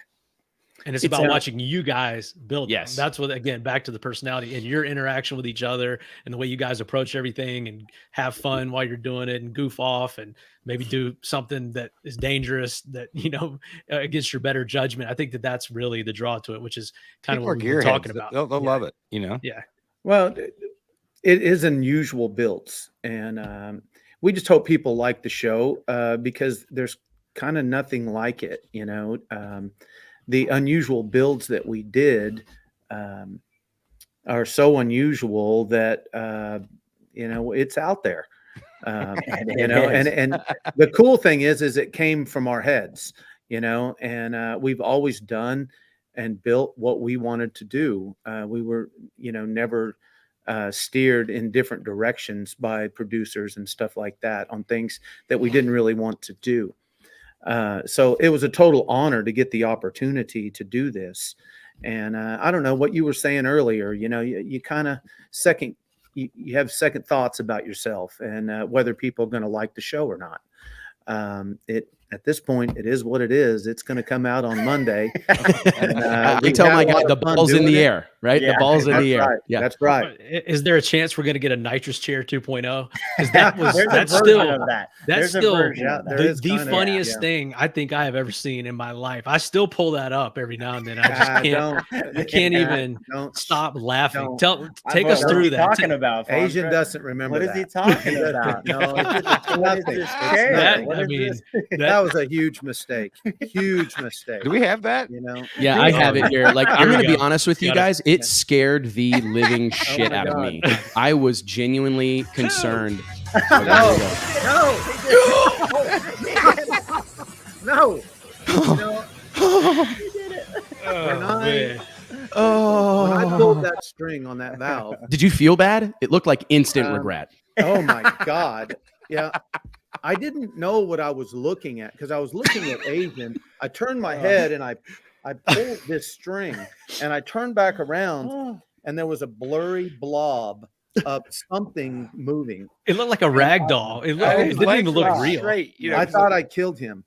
And, I immediately thought if he's dead, there's no way that I will be able to recover. Or me. Yeah. I wouldn't no. either. Or you, yeah, you're Oh, no. Instead it of was so Tiger funny. King financially, but I will never emotionally recover from He it. would, The best- be rich off the lawsuit. Though. He would have so much money. Yeah. The best part was, I mean, you could see how genuine you were when you're kneeling down and you say, "How do I apologize to my best friend?" And you said, "You get a new best friend." And that's exactly the way that it went down. Yeah, it was an Oh, accident. man. purely. Dude, that was wild. I'm But there curious, are like, moments. as this whole thing has unfolded and all those crazy antics, Mordor Nova, did they peg you guys? Like, did Pilgrim Studios, Sam Corcus, all those guys, did they peg you like immediately? Like, okay, these two, they've got it. Did you feel no? Did you No. kind of have to fight for your space on the show, We're or still trying to convince them that we're Yeah, we're worth it. capable of doing something. Sign our contract. Guys, we need another contract. No, Sam set everybody down. And had a one-on-one meeting with them and said, "Hey, this will either be the greatest thing ever or be the worst thing ever for you. You will either be a star or you won't." He had the same conversation with everybody. Wow. He said, whoever is most interesting this week is going to be on TV, and whoever is not interesting will not be on TV. So we thought, okay, let's be interesting. Asian, sit in this chair. Yeah. I mean, and it seems to have paid off, right? Yeah, so they didn't really segment anybody. They didn't say, "Oh, Chuck's going to be this," or "Murder's going to be this," or Chief. The only one probably was Chief, but even Chief carved himself into Sure that he role, did. right? So he didn't. Sam was willing, and I think any production company is willing to let things just go the way they're going to go, and they'll pick it apart, and then they will edit and then highlight the areas that individuals have shown themselves to be. But there were no promises made by the production company of who was going to do this or who was going to do that. There were predictions. We knew that Chief was going to be great because Big Chief is a natural storyteller. And he could tell us the details of a race that happened 20 years ago and have us all cracking up laughing. And it's unbelievable, that how his mind works and the way that he can tell a story. So we knew that he was going to be great. We just weren't sure about us. We know that all of them had good personalities and they were all going to be okay. But, us, I knew Asian was going to be all right because he's got jokes, He's got jokes. I like that. Asian's got jokes. What do you, whenever you guys look at, I saw you, I believe, you guys were at the Motorplex. Do you guys go to all of the No Prep King events? No. Kind of hit and miss, or? Yeah, it's again, we've stayed in our lane with that deal. You brought the prison bus. I remember the prison That's bus. was right. there. We did. Did you ride the prison bus? I didn't, but I would love to. So just say when. That's such a big that event has blown up beyond us. It's it's outgrown us, right, to that degree, to where we don't know where we fit into that. And maybe down the road, if there's a lane for us to exist in, but the racing takes up so much. It takes so much of the time to film those races, to put the races on. What are we going to do? We can't do our stuff on that track. We'll mess up the surface, right? Even the prison bus had an opportunity to do, right? So what we do needs to be, what, in the pits? Well, what are we going to do in the pits? Yeah. So yeah, we could show up and just be a spectator, but at the moment, there's not enough time to carve a spot into that event for a sideshow, right? Right. I understand. And so, hey, we love No Prep Kings. It's something that we do want to attend, but we just don't know where we fit in yet. Right. Where do you, whenever you look at that scene right now, and I'm sure you follow it, a lot of your, brethren from the 405 are prominent in that world. Do you see it feels like that show kind of took on, I mean, you nailed it. It like leveled up. Something happened.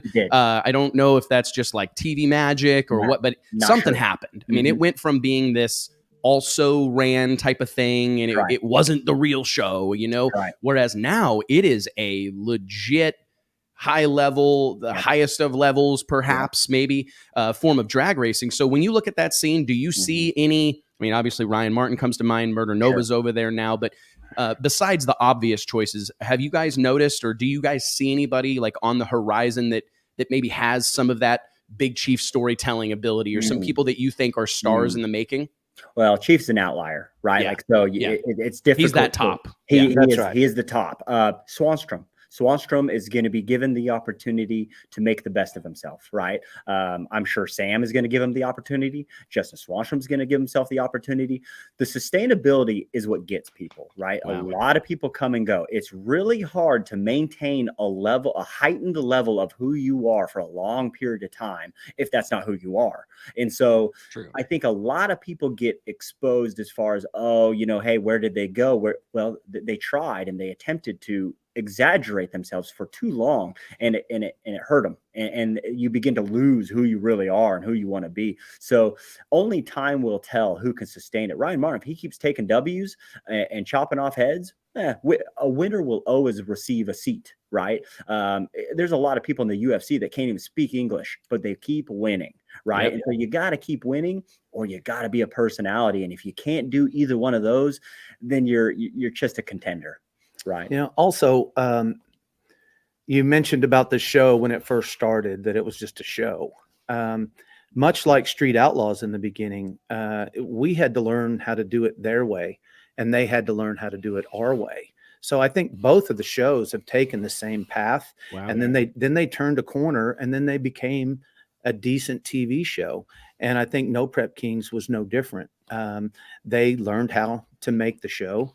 And all the racers learned how to do it, and that's when they turned a corner, because it is a good show.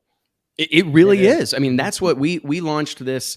I had like kind of a crazy idea. I'm a big UFC fan. I'm glad to hear you kind of reference them. Normally it's only me on here talking about them, but it's really, I'm not even into I appreciate the art form. I appreciate the competition, right? The sport, but I love the presentation. Like I love the way they do business, and I love the way that this thing has exploded. The hype, hype of it. I love the hype too. Right? Yes, they do a great job. Like, I'm probably a bigger fan of the UFC president, Dana White, than any fighter, just because I appreciate the grind and the effort to promote the sport and promote their stars. I love that. Well, that's the way F1 is too. I mean, we've seen that on that Netflix show. It's all about the pre-race build up, the rivalry between Hamilton and Verstappen this year. I mean, but then, the on-track product is a little bit lackluster sometimes. Right. And I mean, that same can be said for UFC. I've watched many UFC pay-per-views through my $59.99 down. And been like, wow, I probably could have done anything and it would have been more exciting than that.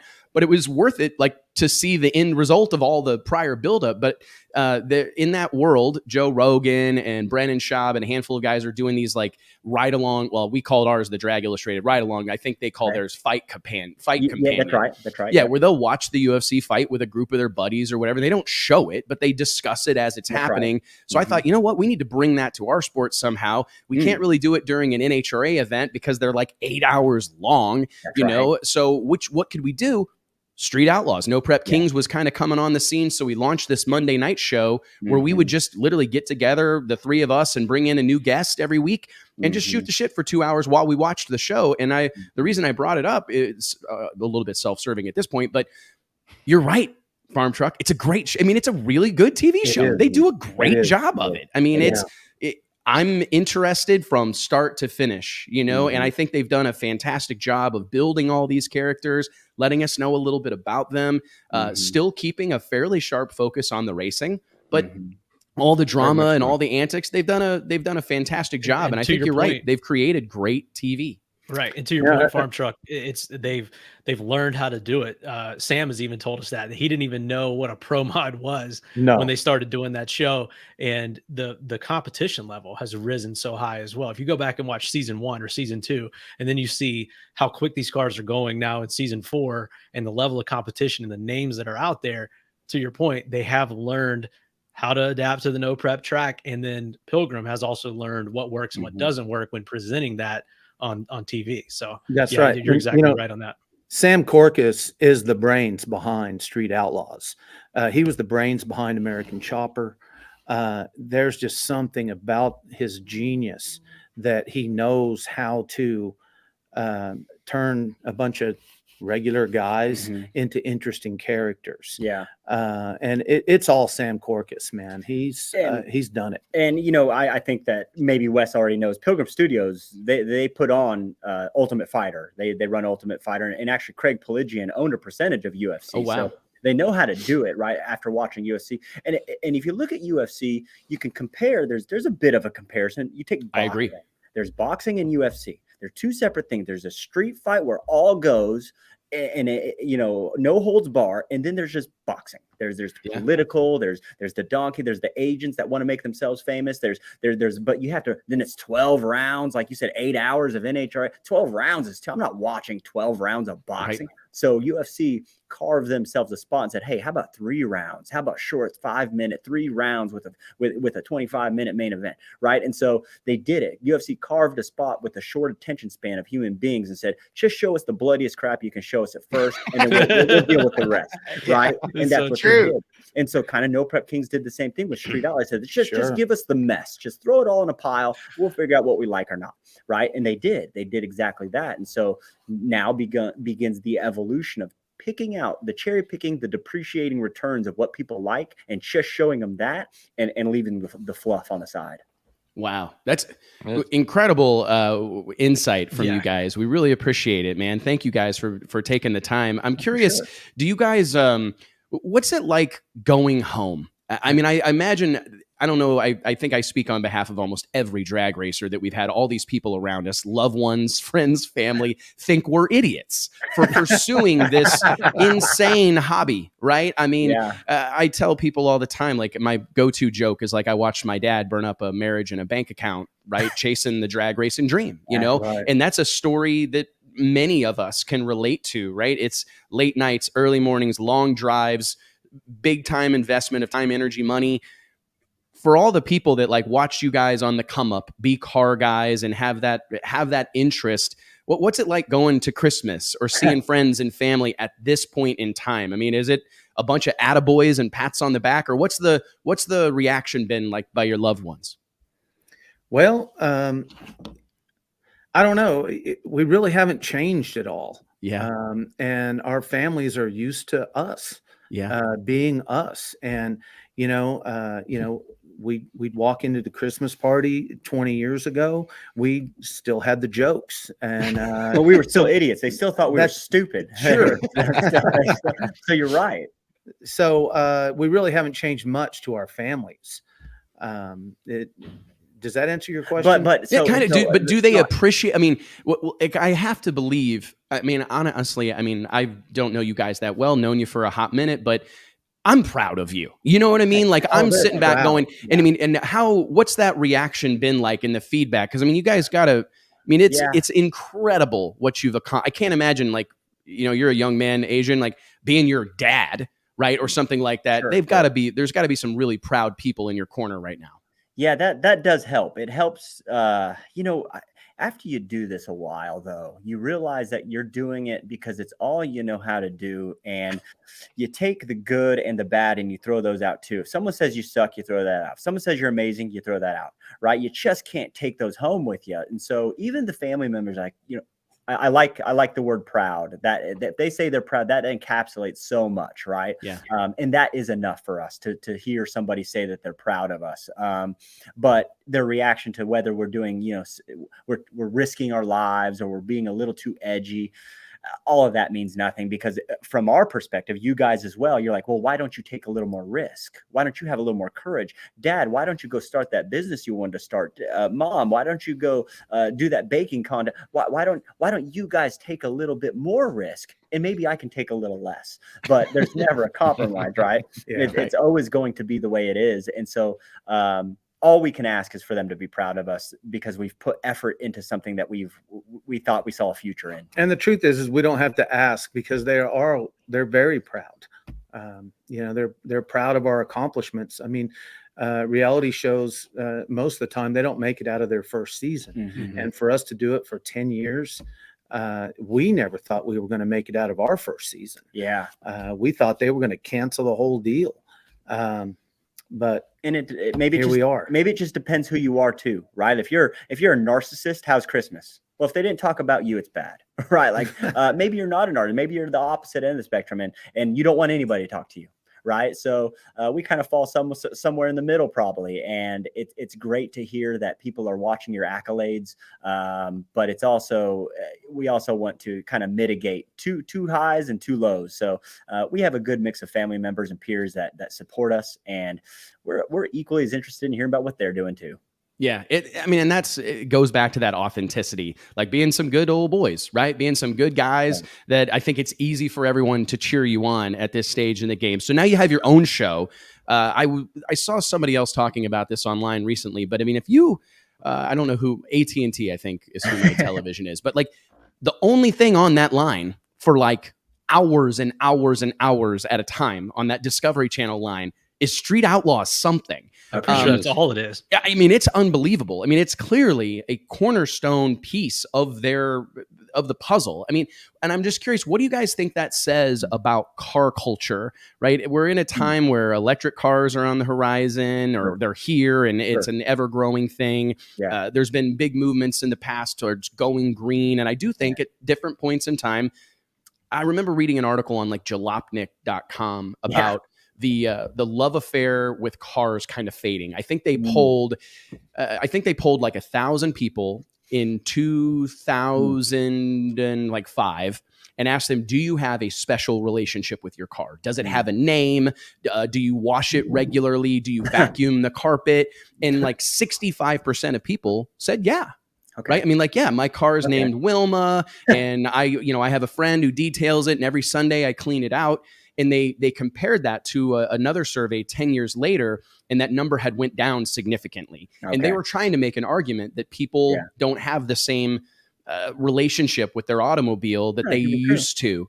Could be true. And that may be true. I'm not sure. But I'm just curious, what's your take on it would appear to me that television production companies can't get enough car shit. Like, if you'll work on a car, we'll put you on TV. I mean, car.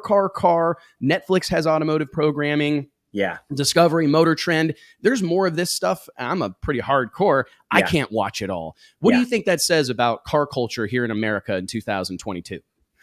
Oh man, I it's easy for me to sit here and say that, you ain't never going to mess up the, the red, white, these colors don't run, right? Like it's easy to say that, right? All the while they're making more electric cars than they are gasoline right now. Right. Like, so, I don't think it's going anywhere because, for one, you're right, the television network, but we also have to be completely conscientious that the television network hits a different demographic. 25 years and younger, they're not watching television. They're watching their mobile device. And I doubt that they're paying the $6 a month for the streaming on Discovery. We wish they would, but they just don't. It's not how they do it. So what's happening now is YouTube as well. This is on YouTube. This is live. We are seeing that we are educating an audience that didn't know any of this existed. So we are captivating an audience that already existed through television, giving them more they want. All the while, we are kind of streaming this side world, this automotive world, this motorsports hustle to an audience. There's a 16-year-old turning 16 every day. Every day there's a 16-year-old, right? And he's just learning about a car. He or she's learning about a car, and they're learning, oh, this is me. This could be an extension of my personality. So as the population in the world grows, so will the motorsports world. As long as they keep making cars and there's still a way to move forward, it'll just keep growing. It'll keep getting bigger. Speaking of which, I spoke to Lou about this a little bit this morning.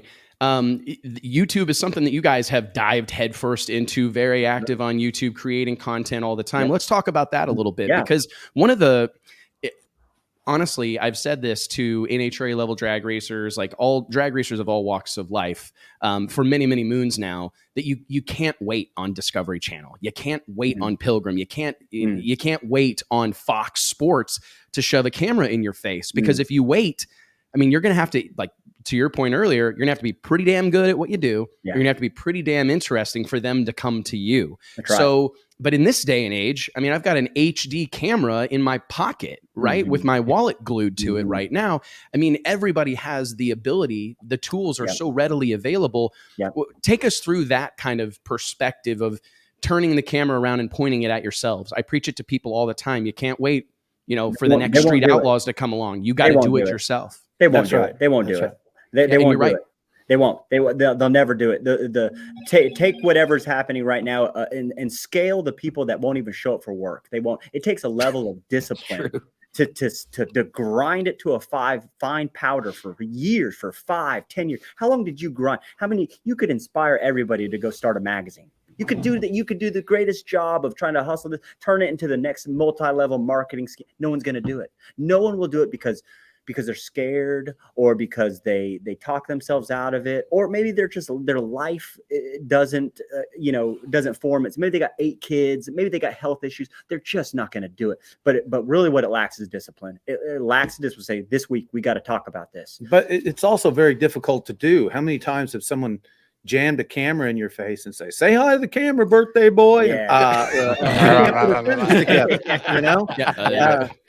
So there's a huge learning curve there, you know, and you have to get past hearing your voice. You have to get past seeing yourself. Yeah, you do. And if you can get past that, anyone can do it. And that's a talent. That's not something you're born with at all. That is a talent that you have to learn as a human being, and then try to forget that you look weird or sound weird, or, hey, we're not symmetrical, or the camera flips yourself and now you look different for some reason. Right. And then editing. Oh, it's such a cringy process of editing and watching yourself over and over and over again. No one's going to do it. So to go back to your point, Wes, what do we do to inspire those? Those that will, and those that don't won't.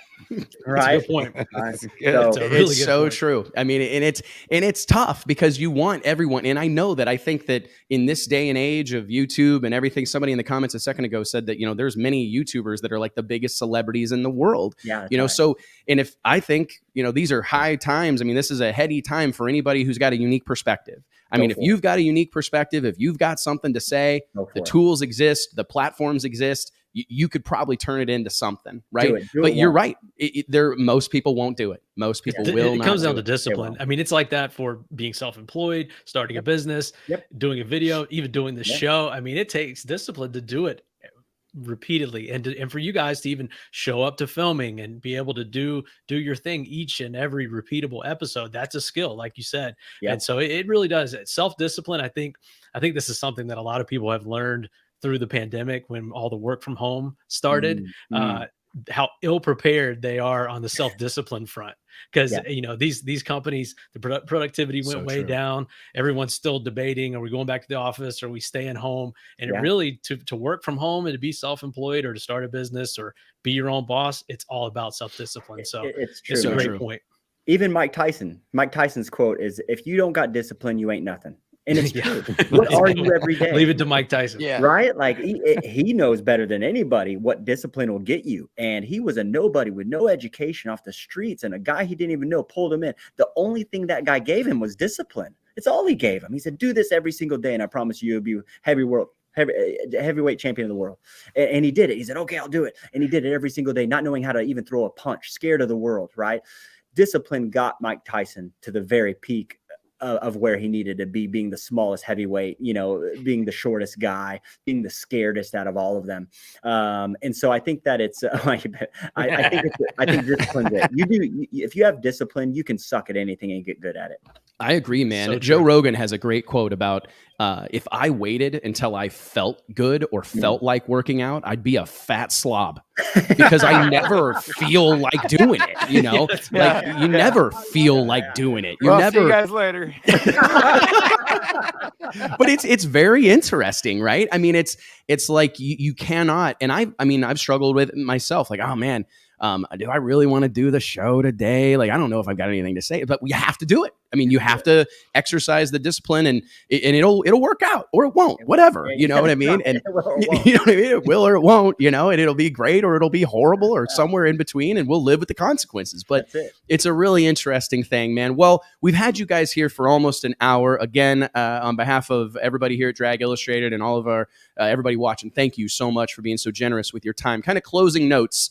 We touched on the YouTube thing, but what's we talked to Asian, you talked about Farmtruck being like the big picture guy. Yeah. What is the vision, right? When you guys look forward, you have your own show. I mean, I'm sure part of the vision is to just keep doing it, and maybe and get another season and whatnot. But when you look at the whole grand scheme of things, what is the Farmtruck and AZN vision for the future? What do you guys have left to accomplish? To be completely honest, we haven't unlocked that yet. Yeah, I get it. We struggle with it every day. Every day is constantly talking to it. Just yesterday, we were like, what are we doing? Right? Every day, even though we do what we do every day with our discipline, we still don't know where this is leading. And we think that there's big things on the horizon for us, and we don't know what that is. And so I think that there's a level of being okay with the unknown and just keeping up with the discipline, doing it every day, saying we're going to do it tomorrow, scheduling things in, failing, trying something new. I think that once you've ridden such a long high on such a, the television show, the touring with No Prep Kings, you come down from that and you really have to take a look at yourself and figure out what you want to do. And we're doing that now. We're doing that now. There's this new show is going to air. We're going to figure out how the world sees us through this show, because the editing has been done the way it's going to do. And with our YouTube channel, we kind of get to show a little bit more behind the scenes. I think there's a message that we still have yet to be able to give to the world, and we don't even know that yet. So there's a big unknown for us, and we don't know what that looks like, but we're going to keep moving forward, keep on trucking, and we're going to do what we do until that clicks. But that click hasn't happened for us yet, but Wes. But we still have a lot of ideas on the horizon. We do. We have an idea on how to get kids involved in racing in a low budget way. And it's just an idea right now, but we're going to put some energy into that and see if we can't get some kids racing. No, I got to tell you that is an inspiring message in itself, because I think there's a whole lot of people out there in the world that really don't know what's next necessarily. Like, maybe you're in the midst of a good moment, maybe you're in the midst of a bad one, but you don't know what the next thing is or where this ultimately ends up. And I got to tell you, man, seeing the process so far, I wrote this down, February 13th, 2013, you guys started filming, seeing where this has gone has been incredible. We are so happy for you and so proud of you. And we thank you guys genuinely. I mean, I mean it. Thank you for what you guys have done for the sport of drag racing. This is drag race. The only thing I love more than drag racing, my wife and kids. This sport is all I've ever done. And seeing what you guys have done for us and for our community means the world to me. I hope you keep it up. And I can't wait to see you unlock that, because I'm sure it's going to be badass, man. Thank you guys. Mike, JT, let's give it up for these guys. Thank you so much. An hour. Holy crap. Thank you. Seriously. Thank you so much for joining us. Lou, if you're still watching, thanks for helping set this up. Let's get together again soon, man. You guys are, no surprise. You're fantastic doing this type of thing. I mean, holy crap. I could talk to you guys for like 3 days. New show next week, right? Tell us it one more time. What's the new show next week? New show. It's going to be January 10th. It's going to Discovery Channel Monday. It'll be on for 8 times. So you can't get rid of us at least for a couple months. That's right. Thank you guys so much. We'll talk to you soon. All right.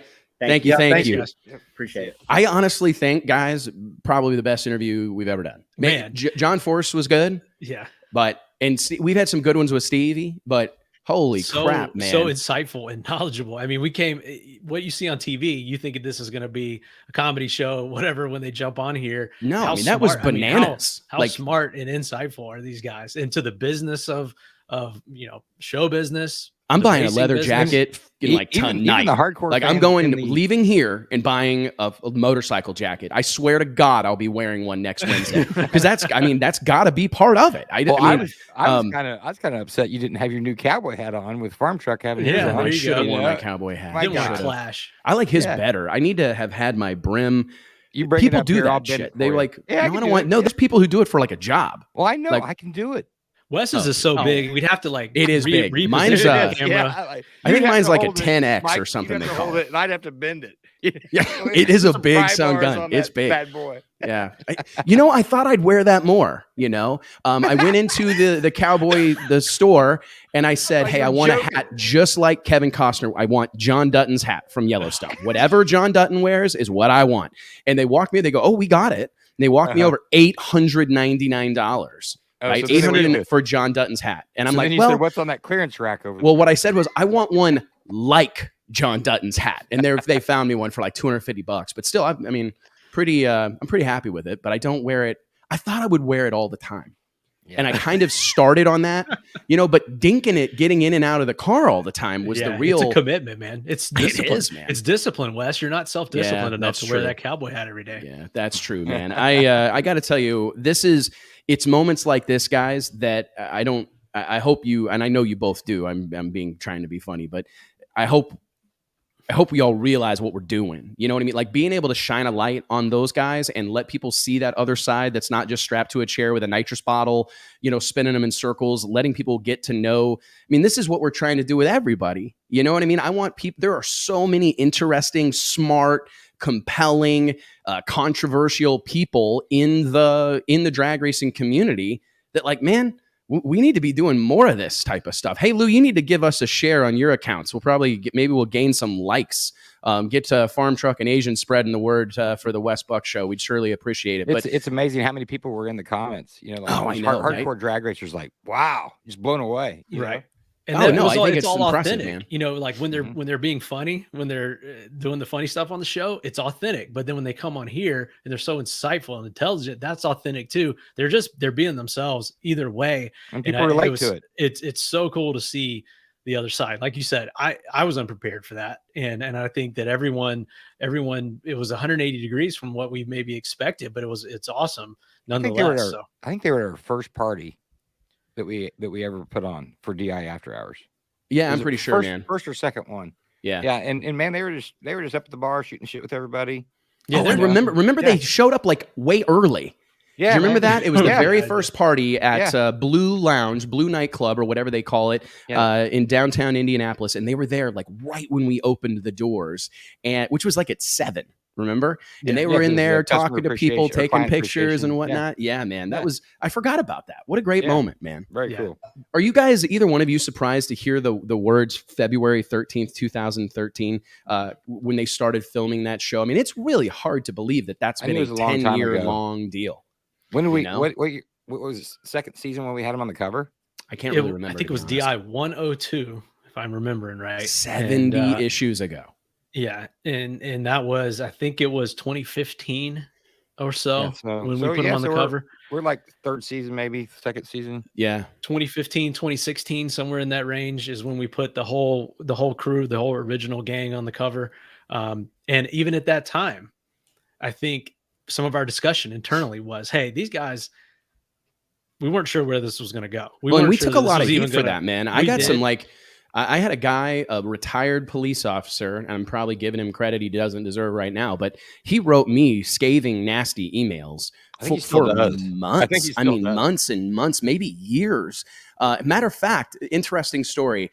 It was my first or second time ever being asked to announce at an NHRA national event. And I remember, like, I was terrified, first and foremost, but I was humbled by the fact that, like, I mean, Bob Fry, Dave McClellan, Steve, like all the people that have been in Alan Reinhart, Brian Lohnes, all these people that have been in that tower. I think of guys like Al Tucci that I hold in really high regard, right? These announcers and these voices that are associated with drag racing to be thrown into that. Joe Costello, I think he's an unsung hero of our sport. Yep. To be thrown into that, I was really like humbled. I mean, I'm like, holy crap, this is a huge deal. This is a big deal for me. And I remember talking or whatever, I think it was at the Gator Nationals. They had me up there during Pro Mod, and I'm talking shop with Reinhardt and going back and forth and whatnot. Anyways, at the end of it, and I'm probably airing out dirty laundry here, but whatever. Reinhardt grabs me and he says, hey, I get all the emails, announcer at NHRA.com. I get all those, right? And he goes, I want to show you this email I got. And he shows it to me, and it's the dude, the same retired police officer, had written a letter to announcer at NHRA.com bashing me, saying that the NHRA is going to have egg on their face by having me on the PA during one of their events because I promote illegal street racing because we put Street Outlaws on the cover of Drag Illustrated. And I'm like, holy crap, man, how bent are you? Look at how the tide has turned since then. Yeah, it's true, man. If we were to put all those guys on the cover now, it'd be no big deal. I feel like at this point, because and I don't want to say it's been accepted or that illegal street racing is good or better now in 2021 than it was, or in 2022. Got to get used to saying that. But I think it's been accepted what that show actually is and what it's done, what it does as far as getting eyeballs on drag racing as a whole, and the different spinoffs that it's created. I think that, like Farmtruck said, they were unsure if they were even going to get out of season 1. And I think we all maybe had that initial thought. And I think when we put them on the cover, it was like maybe season 2 or 3 or something. Yeah, it was early. And we were like, these guys have made an impact, and this is a big deal. And we need to put them on the cover because we don't know how long it's going to last, season, right? How long it's going to go. And it was significant. Here we are 8 years later, almost. When he was. It's even bigger. When he was talking about Pilgrim, learning along the way as well. If you go back and watch like season 1, season 2, just pick an episode back there and just tune in for like 5 minutes. You'll laugh. I mean, right. It's like come a long way. The sounds of they've just thrown in.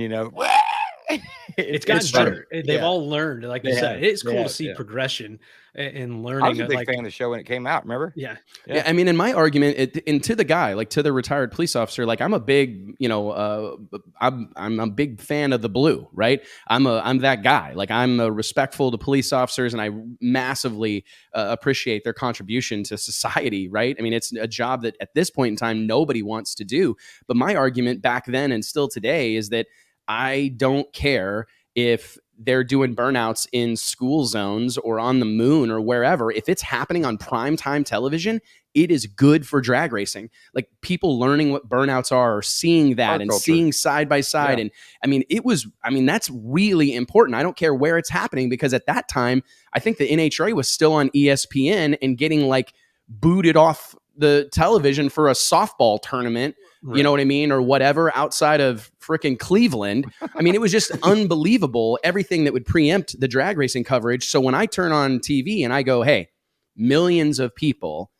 albeit probably not hardcore drag racing fans, are seeing this stuff, this is a huge victory for drag racing. And I stood by it, man. I knew we would take some heat, but I still look back, and that's one of my like proud moment, proud decision type of things where I'm going, you know what? A lot of people didn't like that idea. We had advertisers that were upset about it. But another argument to make is it's like, hey, is it really Discovery Channel's responsibility to teach our kids right from wrong? It's kind of like the you know what I mean? Video game, and it's the video game's fault that some kid went out and shot up whatever. You know what I mean? It's almost the same discussion, right? It was really October 7th. Here I found the press release on our website.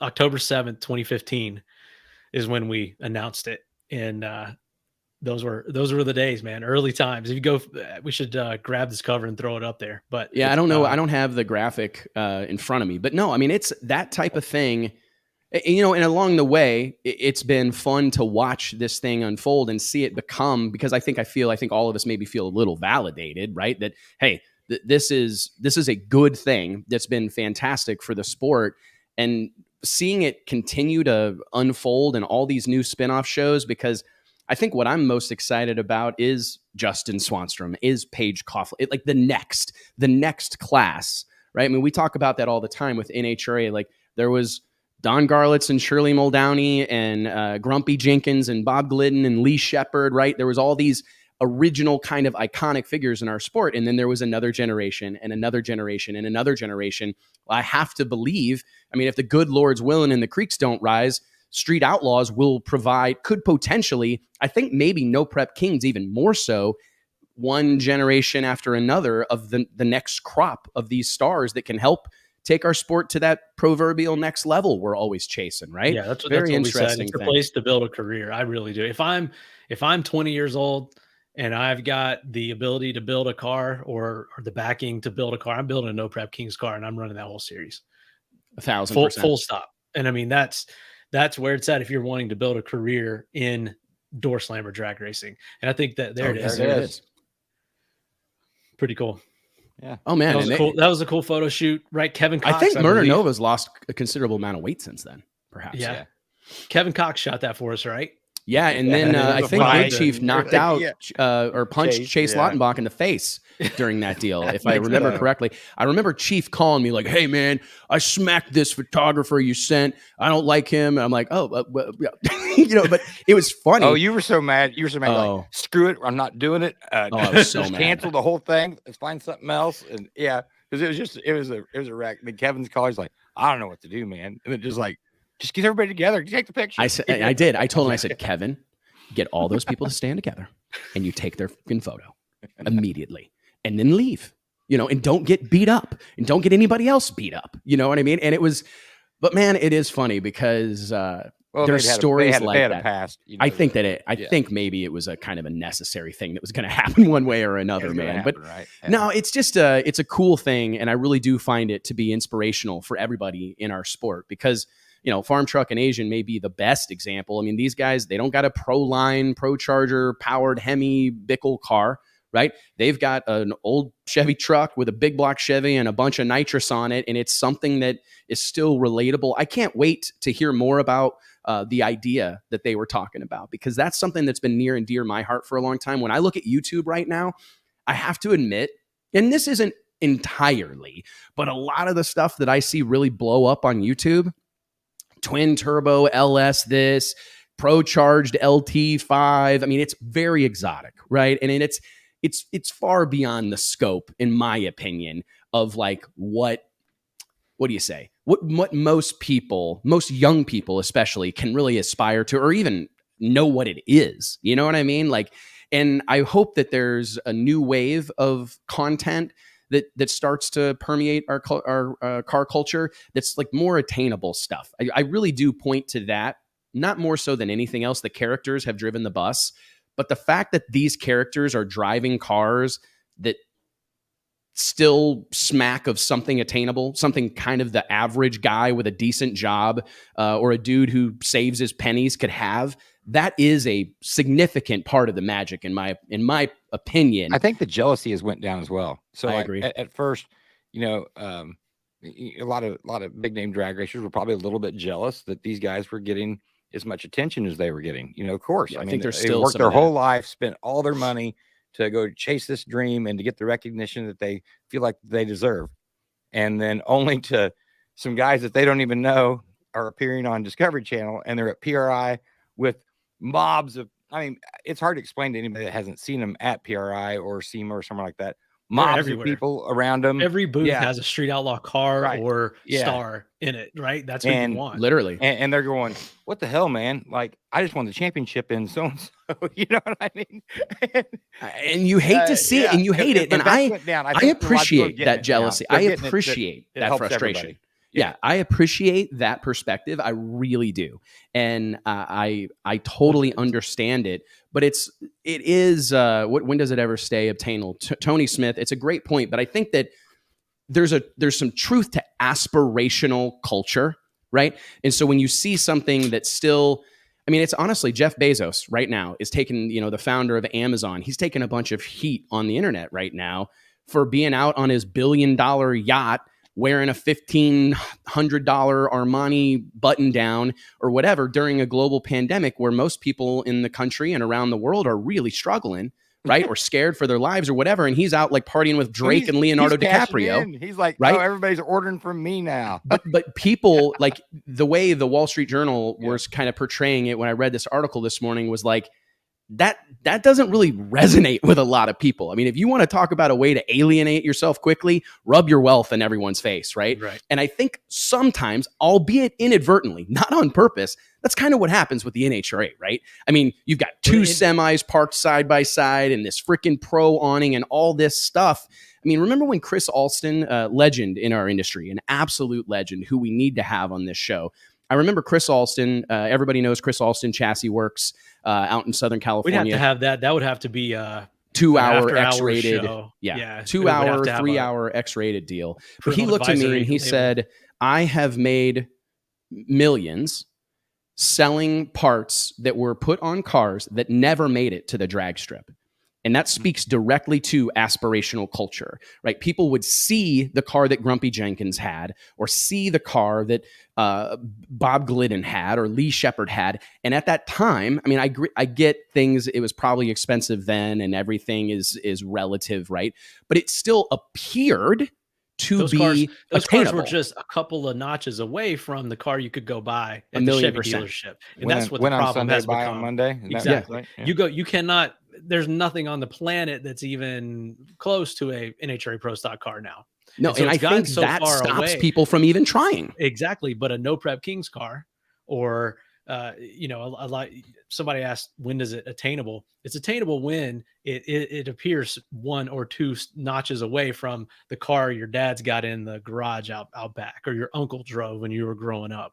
And that's where NHRA started. It started with street driven hot rods, giving them a place to race that was safe and not on the streets. And now it's gotten into these just like, mutants, spaceship car, whatever you want to call them, that are nothing but drag cars, and they're nothing like a street car. And that is the secret of attainability and of this No Prep Kings deal. I mean, it's everywhere. We're talking about it with the Nostalgia Funny Car deal. We're talking about it with the factory experimental. That's why that's coming back around. That to me is the connection, and we talked about Farmtruck and AZN. That's the connection that they have. The build show. I think the fact that they've got a build show that is under the Street Outlaws umbrella is genius, because build shows are popular and successful on their own. Street Outlaws is popular and successful. Monster Garage. Remember how popular Monster Garage? Yeah, exactly. All the shows that are on Velocity and Motor Trend Network. Yeah. And so now you've got Street Outlaws, the power of that brand, with a build show with their fans built in. Yeah. And I think it's going to be hugely successful. And I think it's genius. I think it's brilliant because it focuses on those guys, what their specialty is, what they bring to the table.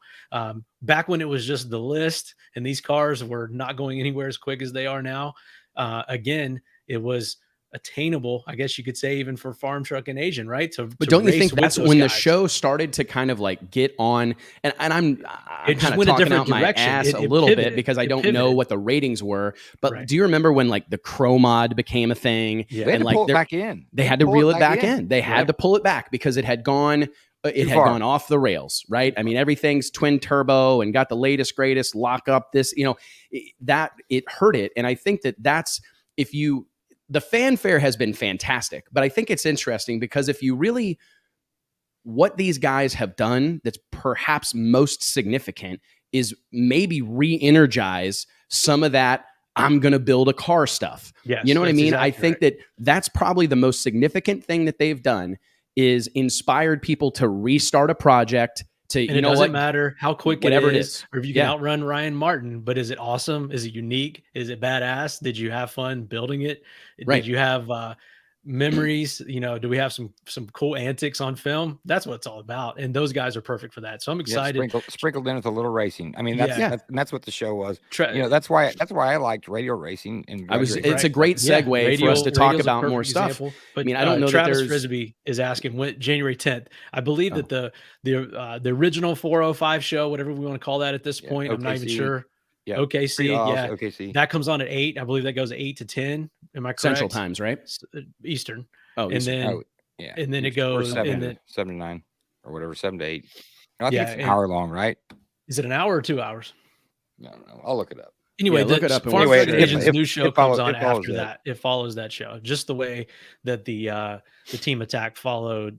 They got these Invitational and DVRs so DK. messed up. I was talking to you guys about it, that you DVR this stuff and it like buries it, because there's so many different spin-offs now, and there's so many different episodes. Yeah, set your DVR to and record. everything, strip but pause. it's like It'll just it's like be- buried into extras or something like that, and you can't really find it. It's like, yeah, sometimes I just give up when I'm trying to find an episode. No, I've kind of ran into that myself. It's funny because I think that there's a great little segue just to talk about, beyond the scope of, Street Outlaws, No Prep Kings, etc. I point to that above all else to in this, everybody gets up in arms about this, the decline of like radio versus the world not being what it was a few years ago. I point to Pro Mods. I know it's not a super popular, because I know that there's those cars. Shadow 2.0, you can't deny its significance, that car and what it represented. Jamie Hancock's Firebird before that. Like, I don't want to down, I'm not trying to slight any of those guys, right? Or poo-poo on their accomplishments and what those cars did, right? But man, who knows where all that would be. If Mark Mickey and Jason Carter in that blue Malibu were still on the top of the mountain, I think it'd still be the hottest thing. I really do. Like that. Now that car got pretty out of control itself, Yeah, it right? did. 220 miles an hour, 360s or whatever. But the notion of like a stock looking Malibu, right? Yeah. The intent, right? Yeah. The Where intent it was still started. And I think that's why Pro 270, it's getting out of control. And I know that there's being efforts made to keep the cars looking stock, but I do think that that's a considerable part of this whole deal. If you're trying to capture people and pique the interest of the casual guy flipping through the channels or looking for something to do on the weekend, if all the shit looks like spaceships, stuff that we don't even know how it works, we can't explain it, we don't know what any of it is, I do think it's a tougher sell. But when it's like Camaros and Mustangs and stuff that's easily identifiable and it looks kind of somewhat close to normal, I do think that's a pretty interesting thing, and I think that is a difference maker across the board, man. All right, well, let's go ahead and one more time, I want to thank all of our sponsors, Stroud Safety, Elite High Performance, Flow Racing, as well as our newest sponsor, my buddy Mark Beatty and the team at Redline Oil. Thank you guys so much for your support. We'll dive into our Q&A session now, guys. JT, you want to roll the tape for a second while I get a drink, and we'll dive into the after hours portion of the show, and we'll take a few questions from the audience. If you guys have something you want to talk about right now, throw it in the comments. We'll talk about whatever you guys want to talk about. Hopefully it's not my facial hair. Boom, boom. No sound. Oh, there's the sound. No sound. Why is there no sound on this video? That's a There bummer. has been. There never has been? Oh, I have music. Hold on. Yeah, I know. Well, because now I was going to use this time to... Why is there no sound on this video? Well, whatever. Do, do, do, do, do, do, do. That was pretty bad. Yeah, I was just trying to beatbox. Oh my gosh, guys. I broke out of Coors T. Did you? Oh, Yeah, had to do it. Back. He said he was I'm cutting just back. drinking some on lime Wednesdays. infused sparkling water. I got to coach a Real basketball loser. game here in an hour, so Coach? yeah. Oh my gosh, maybe As long you as you're got a not new. playing. Could he have a new nickname? Coach would work. I mean, Coach might work. Coach T. Oh my gosh. Oh my gosh. I can't believe you're going out to set an example for some young basketball players, man. How much are I you can't looking believe forward the to schools that? let me. I really be can't honest with either, you. man. Well, they Yeah. have to do a background check before you can coach, at least around here. So I'm wondering Not how in you, La Plata, Missouri. I'm wondering how you They got all know. past You they gotta all know have- exactly. They know you- exactly who I am. Do you guys want to know? You want to know how you get a job coaching? All you got to have to coach a basketball team or a sports team in general in Northeast Missouri is a deer tag. True. Like if you've got a deer tag, like if you're going to go hunting, right? past that deal. You've right? passed the test. You know what I mean? You're in. First question. It looks like we've got that joke. Slowpoke 96Z28 reel in track prep. What do you mean? Hey, real quick, thank you for watching on YouTube. All you guys, please make sure you subscribe to the Drag Illustrated YouTube channel. We truly appreciate it. Make sure you're supporting our sponsors. Follow us on social media. Make sure you set it up. Hit the little bell so you get notified when we go live or when we post a new piece of content. We have a ton of cool shit headed your way in 2022. So seriously, it's we really appreciate the support. So Reel In Track Prep, I mean, Mike and I can probably talk about this for the next 3 to 4 days, depending on how much time you have. But we'll toss this one back and forth a little bit, but they're in and around the mid to late 2000s. There was a couple of young men, really, that I point to more so than anyone else. Cale and Cody Crisp, lovingly referred to as the Traction Twins, who Kenny Nolling, that was the president of the American Drag Racing League, brought in to prep their tracks during ADRL national events. So at the time, the ADRL was like the premier 8th mile drag racing outfit in the United States of America.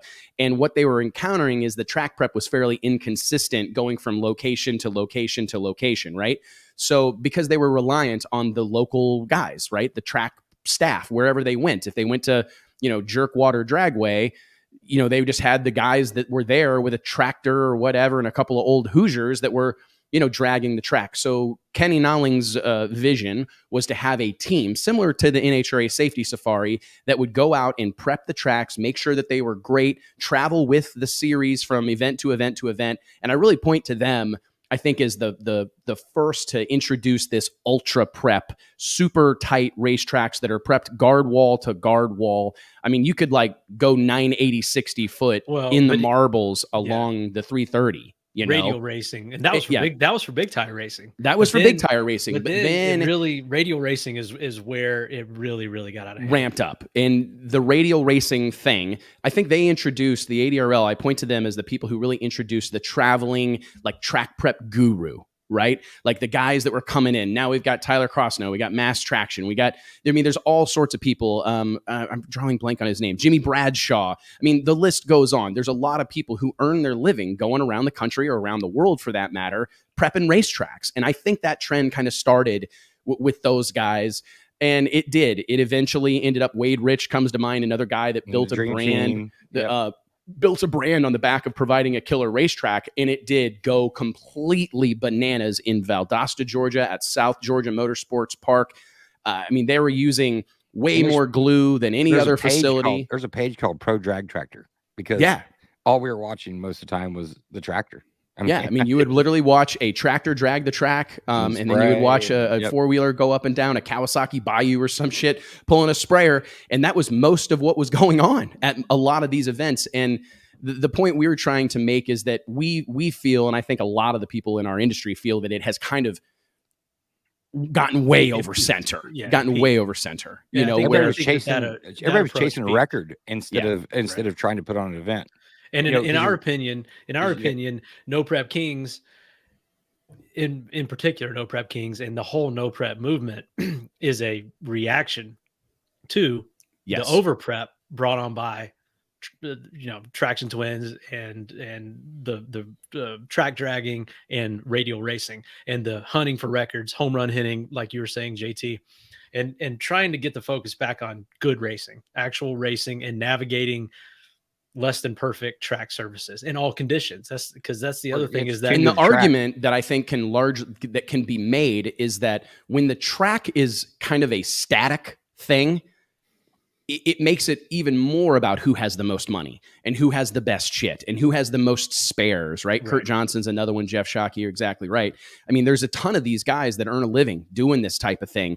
But I really do think that as the tracks got closer and closer to, let's call it like a perfect all the time, man, who comes to mind is guys like Mike's dad, Charles Carpenter, a legend of our sport, who kind of earned his stripes getting down a nitty gritty 8th mile in 115 degree weather, right? Because he maybe didn't have the best equipment in the pits, but he had a lot of experience racing on these, and the track served as an equalizer. Exactly. But when that goes away, and the track's just killer, Charles Carpenter may as well quit racing. And that's what happened. I mean, honestly, as soon as as track prep increased, in our experience, our success decreased on the track, because the way we always did things no longer worked. You had to get up on the tire. You had to spin the tire. The way the clutch and the transmission, everything was tuned for a certain type of track. And then now this thing is so tight that if you stand in one place for more than 2 seconds, you can't get your shoes off the track. It's a whole different ball game. That's where automatic transmissions came along, torque converters, all those things the Bubba tire. Do you remember that? Yeah, man. That slightly smaller than like a 3417 Mickey Thompson that was like a 10.5W on steroids. Exactly. Yeah. Because now we no longer needed the big tire. I mean, you were trying to take traction away. The engine, we're moving the motor as far forward as we could possibly get it because we want as little weight transfer to the rear tires. Everything went opposite. And I think it just went over center. And I think that we're working our way back toward having to navigate. Even the NHRA your own has experimented with reducing the track prep, and it was met with a lot of resistance. People were not happy about it. And I do think that there is a happy medium to be found. I don't know what it is. I've literally laid awake at night. How many times, JT, for those that don't know, coach, I guess now moving forward, I used to, is an avid golfer and a really good golfer, like an extremely good golfer. And I would ask him all the time, like, man, is there what did I ask you? Like, is there a level of quality that is like expected on greens and fairways? Like, is there a minimum standard? Right. And there's really not. And because I always thought greens a little bit. Yeah. I mean, there is, but not to that extreme. Like you can't expect to go everywhere and it be just manicured like you just right. Like you're walking on the Masters or something. But I've always just tried to think about what could we establish that was like, I don't know, basketball hoops are 10 feet high, right? You know what I mean? Is there something that we could establish in drag racing where like the track is going to be this? It's going to pull 300 on the starting line with a track, a track meter. It's going to pull whatever at 1,000 feet. You know what I mean? Like, I wonder if there's some universal standards that we could someday achieve, that this is how good the track is and will be. And we are going to do our best to keep it at this level throughout the course of the weekend. Right. Yeah. Like a window. And even as a safety thing, on the flip side of all this prep talk, and you're talking about spraying wall to wall and some of the accepted minimum norms that have been established by this prep deal, I actually am for that. And I feel like it's brought about a consistent baseline and a safety increase. When tracks were not spraying wall to wall and these guys would get out in the marbles, you've got a different situation on your hands.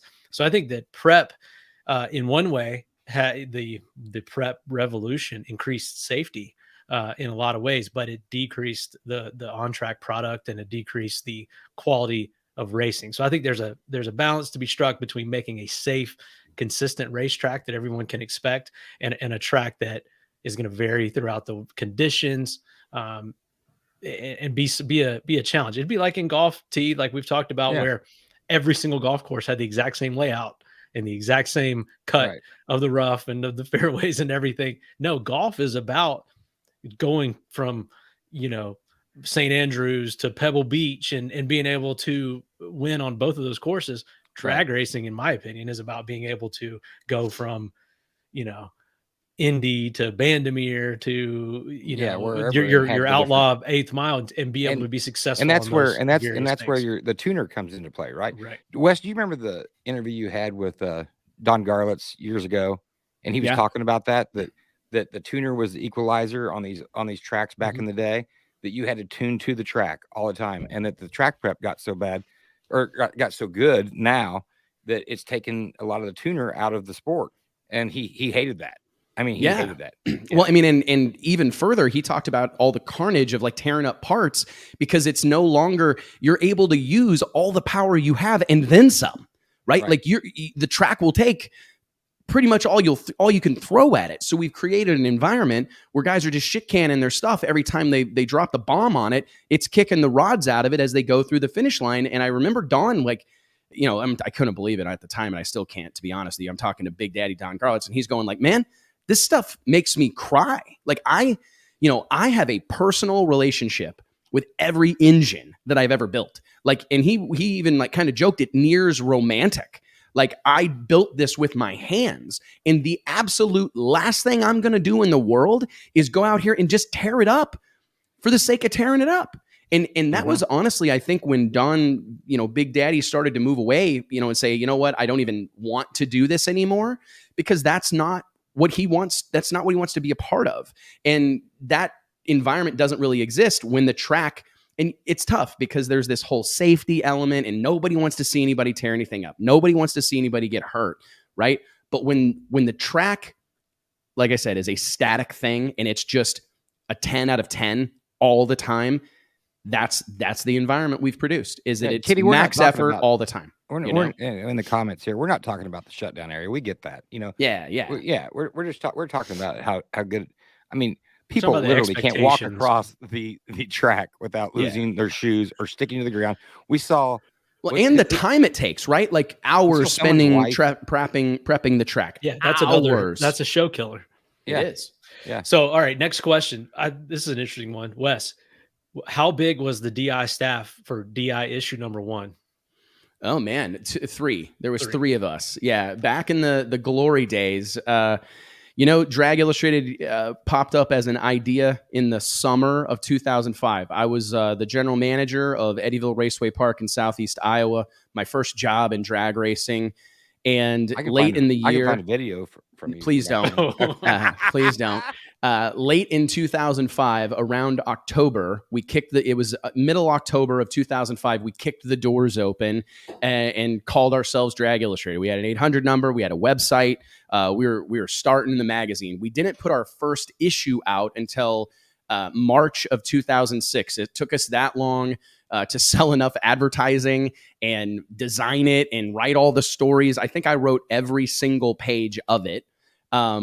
It took that long to get the first issue out. I remember, selling ads to people what a deal. My gosh, we designed the first issue of the magazine. We didn't sleep for 3 days. At that point in time, we were having the magazine printed by this place called the Iowa City Press Citizen, which was a newspaper. And you had to schedule print time because they ran a daily newspaper. So they had these small allotments of time that they would print other jobs, right? And if we missed our time slot, we would have to wait until the next available one. And we had no idea when that would be. So we worked for 3 days, barely slept. I mean, I'm talking about sleeping on floor. My partner at the time, his house didn't have heat. I remember laying on a twin mattress covered in fucking cat hair. In cat hair. I brought my own blanket from home, and I remember laying on that thing next to a little bitty space heater, just shivering, like trying to sleep a little bit. And we were taking shifts trying to get the magazine done, writing captions, coming up with headlines, picking photos. It was a disaster. We worked for 3 days on that bad boy nonstop after we'd worked on it for 5 months or something like that to make sure that we made our press date, our press time. We sent the first issue to print, and I'll never forget, I went to Rock Carzoli, I believe is watching right now in the comments. I was with Rock and walked into his uncle's Italian restaurant in outside of Des Moines, Iowa, in Urbandale, Iowa. I walked through the door there, and that was when I saw the very first issue of Drag Illustrated magazine for the first time. We got it in the mail, we picked them up from the printer, and one of my partners at the time met me at this Italian restaurant to have dinner and see the magazine. And I remember, holding it in my hands, it was recycled newsprint, full color, but recycled newsprint, saddle stitched, pretty decent size. I think it was 46, 48 pages, right around there. So we were proud of it, But as soon as you touched it, you got ink all over your hands. You need to shower immediately after reading the first issue of Drag Illustrated. But dude, I think we printed 30,000 of those things. Wow. And we mailed them out to everybody. We got one at my dad's shop. I got remember one. getting it. And there's one back here in the back, I think. Yeah, there is. I was like, I've only have one copy of it. I remember going up to my dad's shop and he had it laying back there, and I looked at it and I'm like, what is this? Did you buy this? No, I just got it in the mail. So because he was on, this is a little bit of a dirty secret, but at the time I was an IHRA track operator, right? And I convinced the IHRA to give me their mailing list. I was like, hey man, we're going to put on a big bracket race next year, and I want to mail flyers out to all your racers. And they're like, oh yeah, no problem. And some lady sent me this spreadsheet, this Microsoft, Excel spreadsheet that had a gazillion names of IHRA members on it. And I remember going, well, we'll just send one to everybody. And we sent one to everyone on that list. I'd say a lot of those are still subscribers. They are, because if you go, our subscription management software is called subscriptiongenius.com. It's a great software. But I remember pulling it up. You can still, to this day, we have more subscribers in the state of Ohio than any state in the union. And it's because the IHRA was based out of Ohio. Yep. And that was where we mailed a bulk of those initial issues to, was the state of Ohio. So anyways, yeah, we put out our first issue in March of 2006. Shannon Jenkins on the cover. Shoots out. I remember it. Yeah, man. It was and how big is the DI staff now? That was his follow-up question. I think there's 12 of us right about at any given time. There's 10, 12 of us at any given time. And really proud of how far this thing has come, man. I mean, really, our first office literally was a remodeled chicken coop that had a window AC unit in it. There have been some fun stories, man. I mean, some stuff that you wouldn't believe, some decisions that had to be made, and some sacrifices that. Dude, I've all but sold my soul, you know, at different times to keep this thing going. And it's kind of crazy, man. I mean, I met Mike. I mean, it's insane. You know, Bader was probably still the president of the IHRA at that time. It might have been, because then Aaron Polburn, I remember putting Aaron Polburn and Scooter Pico on the cover. And Pico, they were on the cover of the magazine a couple years later. Yeah, we printed the magazine at the Iowa City Press Citizen, I think, for 2 full years. Then I wanted a gloss cover. That would have been in like middle end of 07. I wanted to go to a gloss cover because I knew Rolling Stone had a gloss cover, and I always wanted to. My vision was always to be like Rolling Stone. I was a big I don't necessarily subscribe to all their politics, but I liked what the magazine represented, you know? And so anyways, Rolling Stone had this badass heavy, like, what was it? Like 80 pound. I mean, it was a heavy 80 pound gloss cover. And I'm like, one of these days we're going to have a gloss cover. So we moved to this place in Minnesota called House of Print. That printed the magazine in late 2017 for several years. And yeah, it's been a crazy deal, man. I actually bought my partners out in my original partners in 2013. Some wild times I had with those guys, man, getting, oh my God, people wouldn't believe me. That's a whole separate show. Yeah. Now the next elephant in the room, World Door Slammer Nationals. Oh yeah, we're not having the World Door Slammer Nationals this year. So, you know, it's a bummer. That event was wildly successful. It's not gone. It's not over forever. It's just taking a little bit of a break there's a couple of reasons. First and foremost, the NHRA, really out of our control. It is out of our control. Unfortunately, and I don't know if everybody pays attention to this, but historically, and for as long as I can remember or have been paying attention, decades, there has been a 2-week gap between the NHRA national event in Phoenix and the NHRA Gator Nationals. For whatever reason, there's only a week in between those 2 races this year. I don't know why that is. I have not been able to find out, but there is the timing is just, I can't do it. I would have to do the race late. We'd have to do it late in the year, right? We'd have to do it in October or November when the season is over, or not do it, because I don't want to compete with other events. I don't want to be on top of anything. I've been down that road and it makes me feel horrible. We care a lot about the sport of drag racing. And to be honest, we kind of took a step back and I looked at the sport. Mike and I, JT, we all had this conversation of like, are we contributing? Do we need to do this? Because there's a lot of great events in the country right now. I mean, we spent the first hour of the show talking about all the stuff that we're excited about, right? Midwest Drag Racing Series going back to St. Louis and going to Memphis this year. PDRA's rocking and rolling. I think they had their best season ever in 2021. NHRA is doing some great things. Victor Alvarez is putting on these incredible events down in Bradenton. We still got Donald Long. Donald Long's bringing us a drag radial championship series in 2022. There's a ton of Sick Week, Drag Week. There's all these events. And I took a step back and I go, man, I don't know that it's good to come in here and compete necessarily with all these guys, especially now that I can't really have pro stock. Our deal was kind of built on having pro stock. We really are pro stock, pro mod guys. Pro mod is in complete disarray. The rules, right? The rules, all these things. When we made this decision, they were still fluid, and since then have been firmed up. But even with that decision, the last couple of years, I don't think people realize this, that we are the guinea pigs for the rule set, for the rule package. Our race, I mean, guys are testing, but I mean, Ricky Smith didn't come to the race in 2020-21 because I was going to run NHRA rules and he hated the NHRA rules. So, and to be honest with you guys, as much as I love that, we have to go out in front of NHRA with their rule package, run a race, and then they And have the adjust. Gator Nationals the following week, so it's tough. And so we get kind of and I we asked get a bunch it of from pro all stock sides, teams. really. Mike, we talked to a lot of teams this year, and asking them to go from whatever it is, Pomona to It's, Vegas it's to Phoenix, it's take Phoenix. a break, Yeah. right, and then go straight to the Gators. And I think there's a race the week after I mean, that would have been 4 or 5 weekends in a row, and none of these teams are really prepared to do that. So I didn't want to find myself in a situation where I was scrambling to get cars or trying. We set the bar high, and I wanted, if we couldn't deliver Yeah, it's that, a hell of an event, man. I mean, a hell of an event, successful. We see all your comments. We love it. We love that everyone loved the event, and we're only going to do it if we can do it the way that we feel it should be done.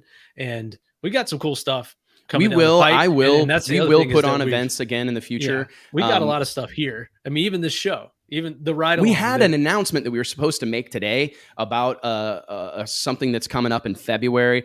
We kind of forgot to do it. We've been very busy talking about all sorts of other stuff. We should break that news tomorrow. We got a cool thing. The next issue of the magazine is going to be very significant, very special, very unique. We got some shoulder programming and some sideline content that's going to be supporting that. But we're going to be doing events. But I think I wanted to let kind of the pandemic end, hopefully. Let the world kind of come back around, let things normalize, let NHRA, Pro Mod, and Pro Modified drag racing in general kind of stabilize and make our next move. I do believe that we'll be putting on high-level drag racing events again in the very near future, but it's just not going to be in March. And I am planning JSTA, Just a Two-Valve Racing, asked if I was going to come to the Streetcar Showdown on January 15th at the Motorplex. I absolutely am, put on by T&E Promotions, our buddies TJ and Eric, the guys over at the Motorplex. Yes, I plan on going. I think I'm going to bring my Camaro over there and just run the bracket class. It's not fast enough to run anybody else, but yeah, I plan on going. What's next, Mike? I like rolling through. Did you see any? Did NHRA approve screw blowers for Pro Mods? Yes, Hilljack, Nitro Shack. Huge news. That was a big storyline late in 2021. It was a lot of the talk of town at PRI. I still think there's a lot of people that are somewhat out to lunch on it.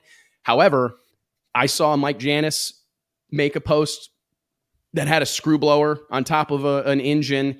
We've confirmed that Brandon Snyder has already made the commitment to running a screw blower in NHRA Pro Mod in 2022. So I think we're going to see more than one. I really do. I think there's going to be a few of them out there.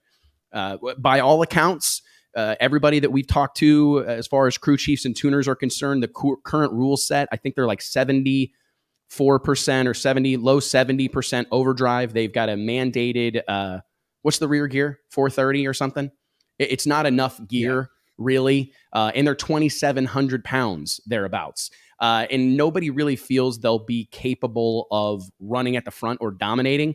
But I think the NHRA is demonstrating that they learned something from the Pro Charger combination, that they need to start it safely and then give it a little, and give it a little to get it competitive instead of letting it just come out of the gate, setting the record. To Mike's point earlier, that was one of the biggest battles we had at the first running of the Drag Illustrated World Door Slammer Nationals. The C-Tech Manufacturing Door Slammer Nationals presented by Jegs was nobody knew what the Pro Charger car was capable of.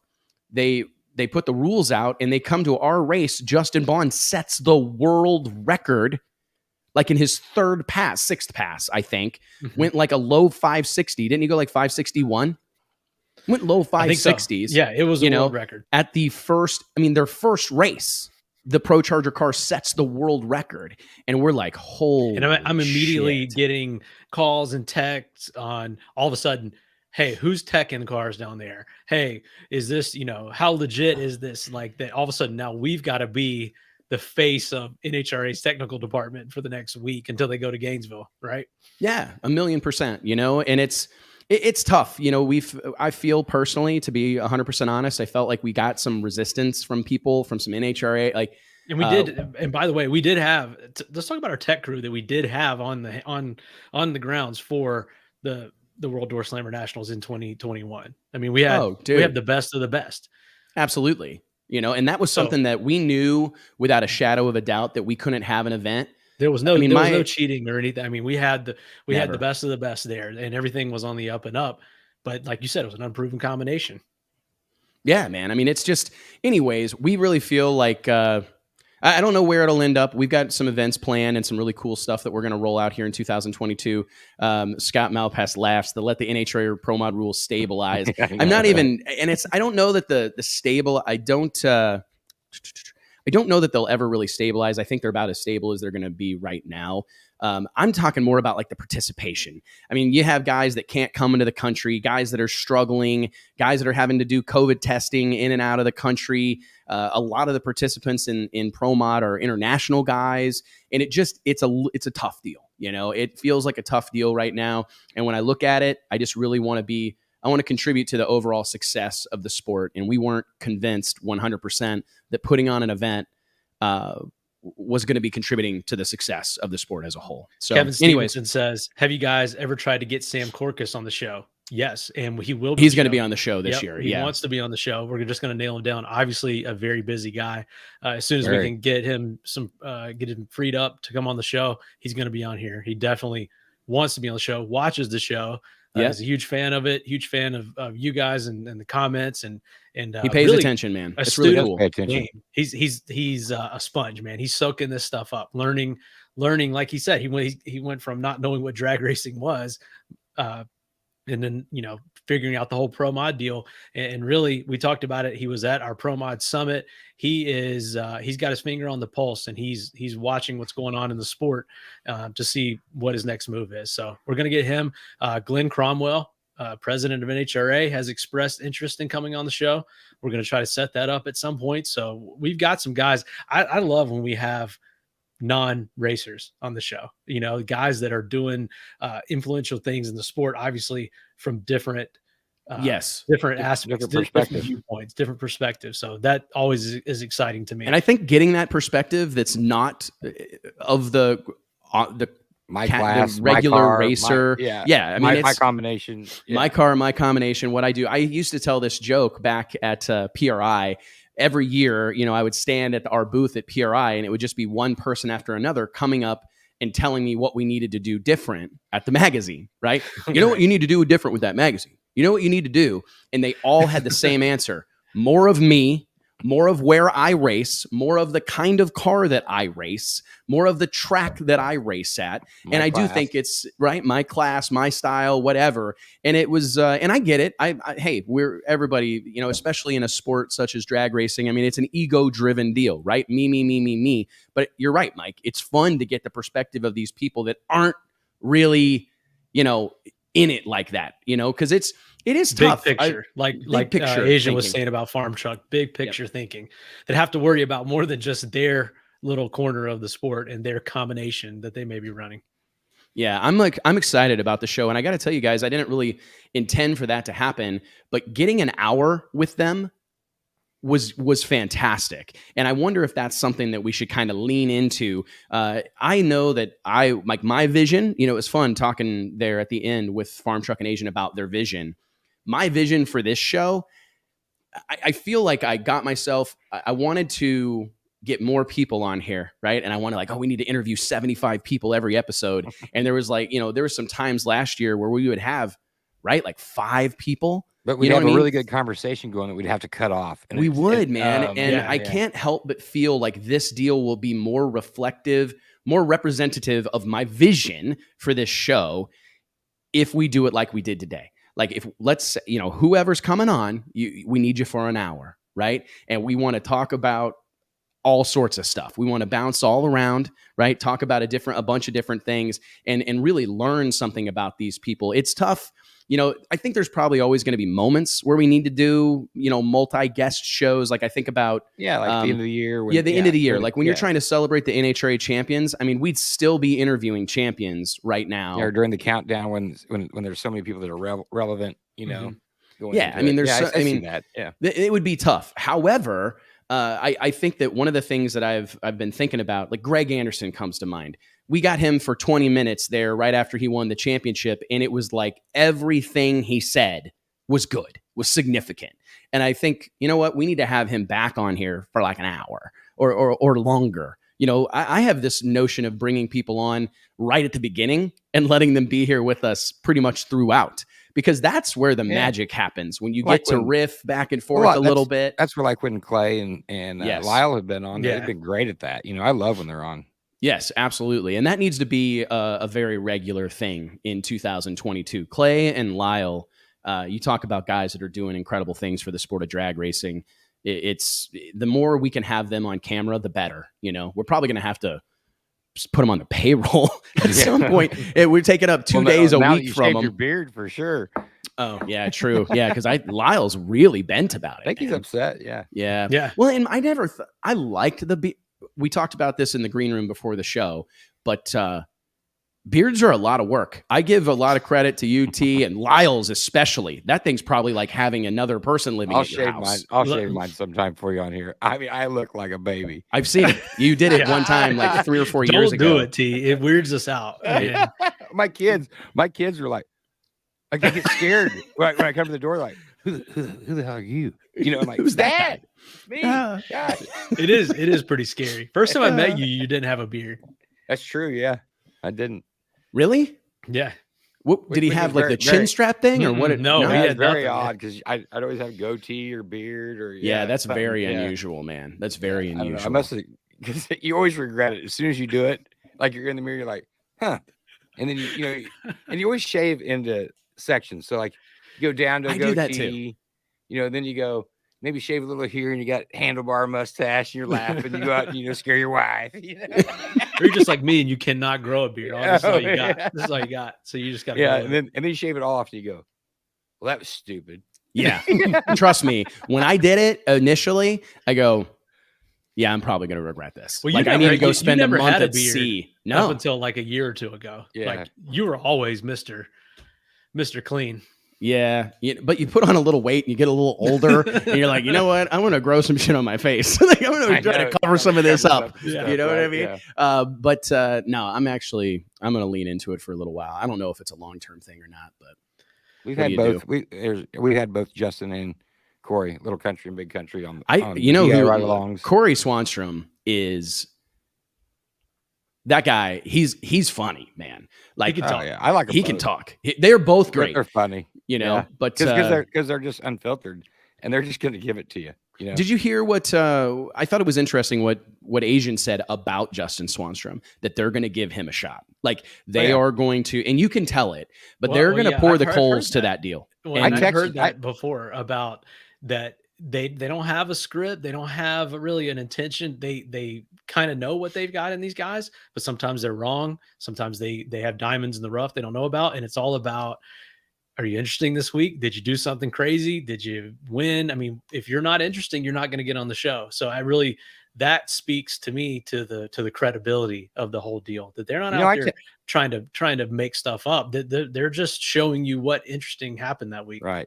I text both you guys on the finale the other night, didn't I? I said, I think that Justin is just what they were missing on the show. Like somebody to speak up and be that character.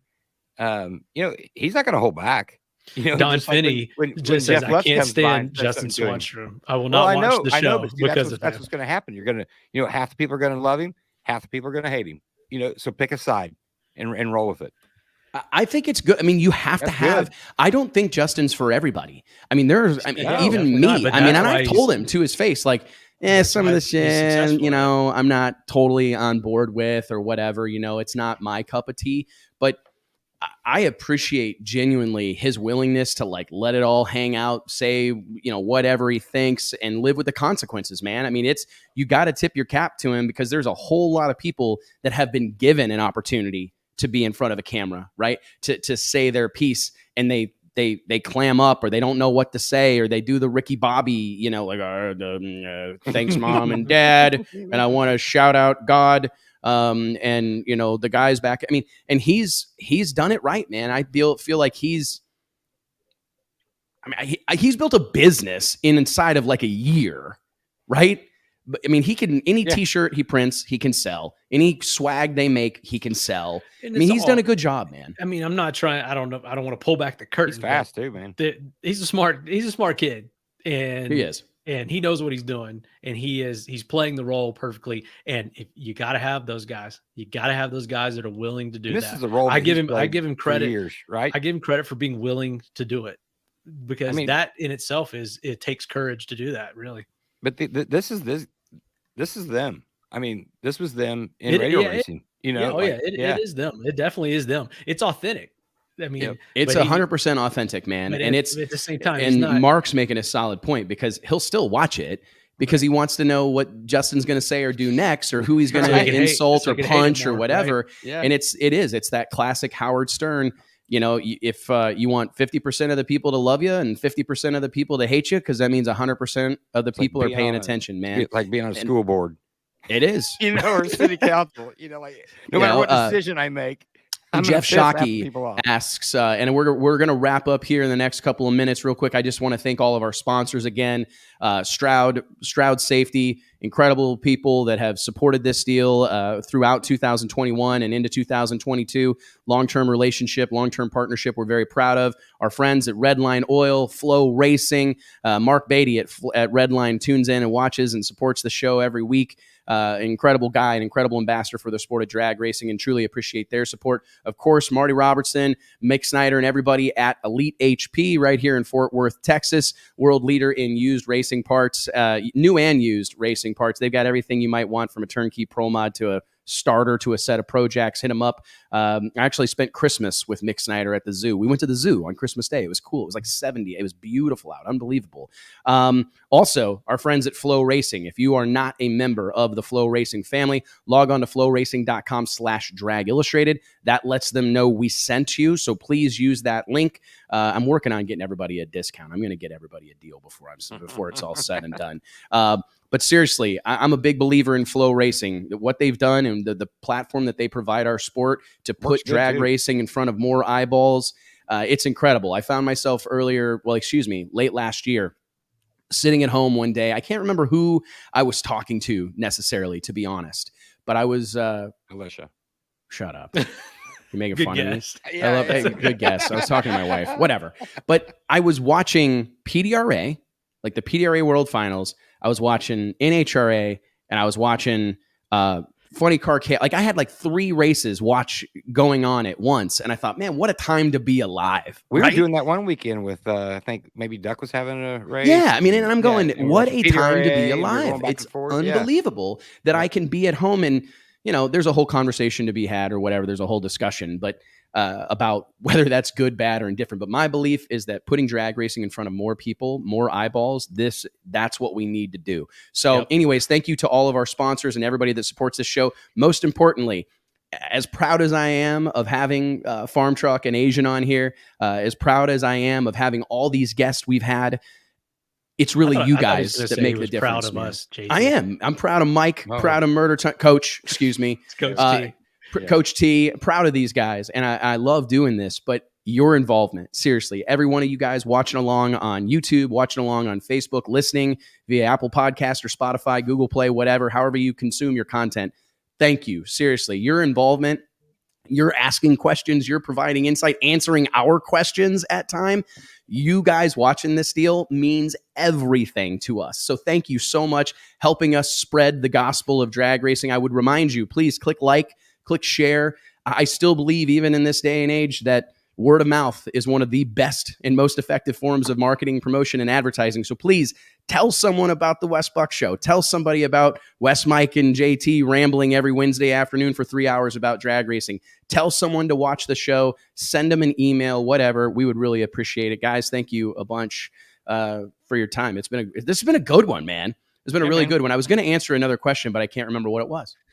It was something about, where was it? Ryan Martin. No, don't even get into that. It's about guessing the light. Oh, yeah. Go back. That was what I was going to say. Yeah, we've got plenty there was of an episode on guessing the light. What episode was that? It was with Disco Dean. Yeah. No, and it was with Robin Roberts. Right. Yeah, yes. But I think they're both on them, aren't they? I think so. It's I been a think that- topic. Basically, I think anytime- Robin talked about it, and then I think Disco We've Dean talked about it actually a ton. got- I hate to tell you to just go watch every episode. We'll try to find a highlight. I'll tell Dion to try to find that clip and make a clip of it because it is interesting. They've pretty much solved that problem. So if you continue watching the show, and I believe in future, They're years still and arguing episodes, about it. are they People really? still guessing a little bit, but I mean, it's way less than what it was before. Yeah. Yeah, and it was Disco Dean because Disco is a renowned it down. bracket racer, Yeah. and he really understands the nuances and ins and outs of a timing system. So go back and watch the Drag Illustrated, the DI ride along where we had Disco Dean on. He is painfully funny, like maybe one of the funniest dudes alive. Dude, but we like super ended smart. the show and then stayed on for another hour. Me and Lyle did drinking beer thing, or we were drinking beer. I don't know if he was or not. Yeah, maybe I don't know. yeah. So. But we know he was making cocktails. I remember. Oh yeah. And he was telling some wild stories, man. Oh, dude. I don't even think we could have those stories on. No, and then he sent me some photographic proof, and I'm still not quite recovered from it, to be totally I honest. missed this show. I forget what I was doing, but I missed that one, and that's all we Where talked were about. you? You were. I don't know what happened. I can't I was remember. doing There was something going on. You're Maybe you were sick. coaching a basketball. I think game. you're sick. I think you were sick. Yeah. No, you were sick. Oh, It was when you had like the flu. And Oh. we were actually worried about you. You're sick for a couple days. Man, you look horrible. I wish you'd recover. So one of yeah, these no, days. yeah. I'll get over it one day. Oh, hey, and I do want to say that publicly. We're thinking about Tim Slavens and we're thinking about Wayne from No Prep Kings, man. These are some great guys. Tim Slavens been on the cover of Drag Illustrated along with Mark Wardenhausen, Joe Oplosky, super team there in Radial Tire Racing. Great guy that I've known literally since 2005. I met Tim Slavens. He drove all the way up from Jeff City, Missouri area to Eddyville, Iowa to support my Heads Up program 16 years ago. And I've never forgotten it. Back then he raced Outlaw 10.5. He had a fourth gen Camaro with like a 632 and a couple of stages of nitrous on it. And he came up and supported every race that I had. I put on 5 Heads Up races in 2005, and he came to every single one of them, was always friendly, generous, helpful, and a great competitor, a great racer. And we send our well wishes, thoughts, prayers, and everything in between to him, his family, his son, everybody involved and affected by that, man. COVID, this whole deal, I guess we're still along for the ride, but I just want everybody to know that all of us at Drag Illustrated are thinking about you guys. Wayne, we saw Wayne at PRI. I think he came to the party, but I know I saw him at the show, and just great guy. Great guy. Holy crap. And we're thinking about you guys. We're praying for you. And we're hopeful we'll see you at the drag strip soon in 2022. So, all right, guys. Thank you all so much for being a part of this deal. Seriously, it means a lot. I was going to try to play some outro music, but I know if I don't play a royalty-free song, YouTube will like set my house on fire. So here we go. I got it, guys. Thanks a bunch. We'll talk to you soon. All right, later. Music playing.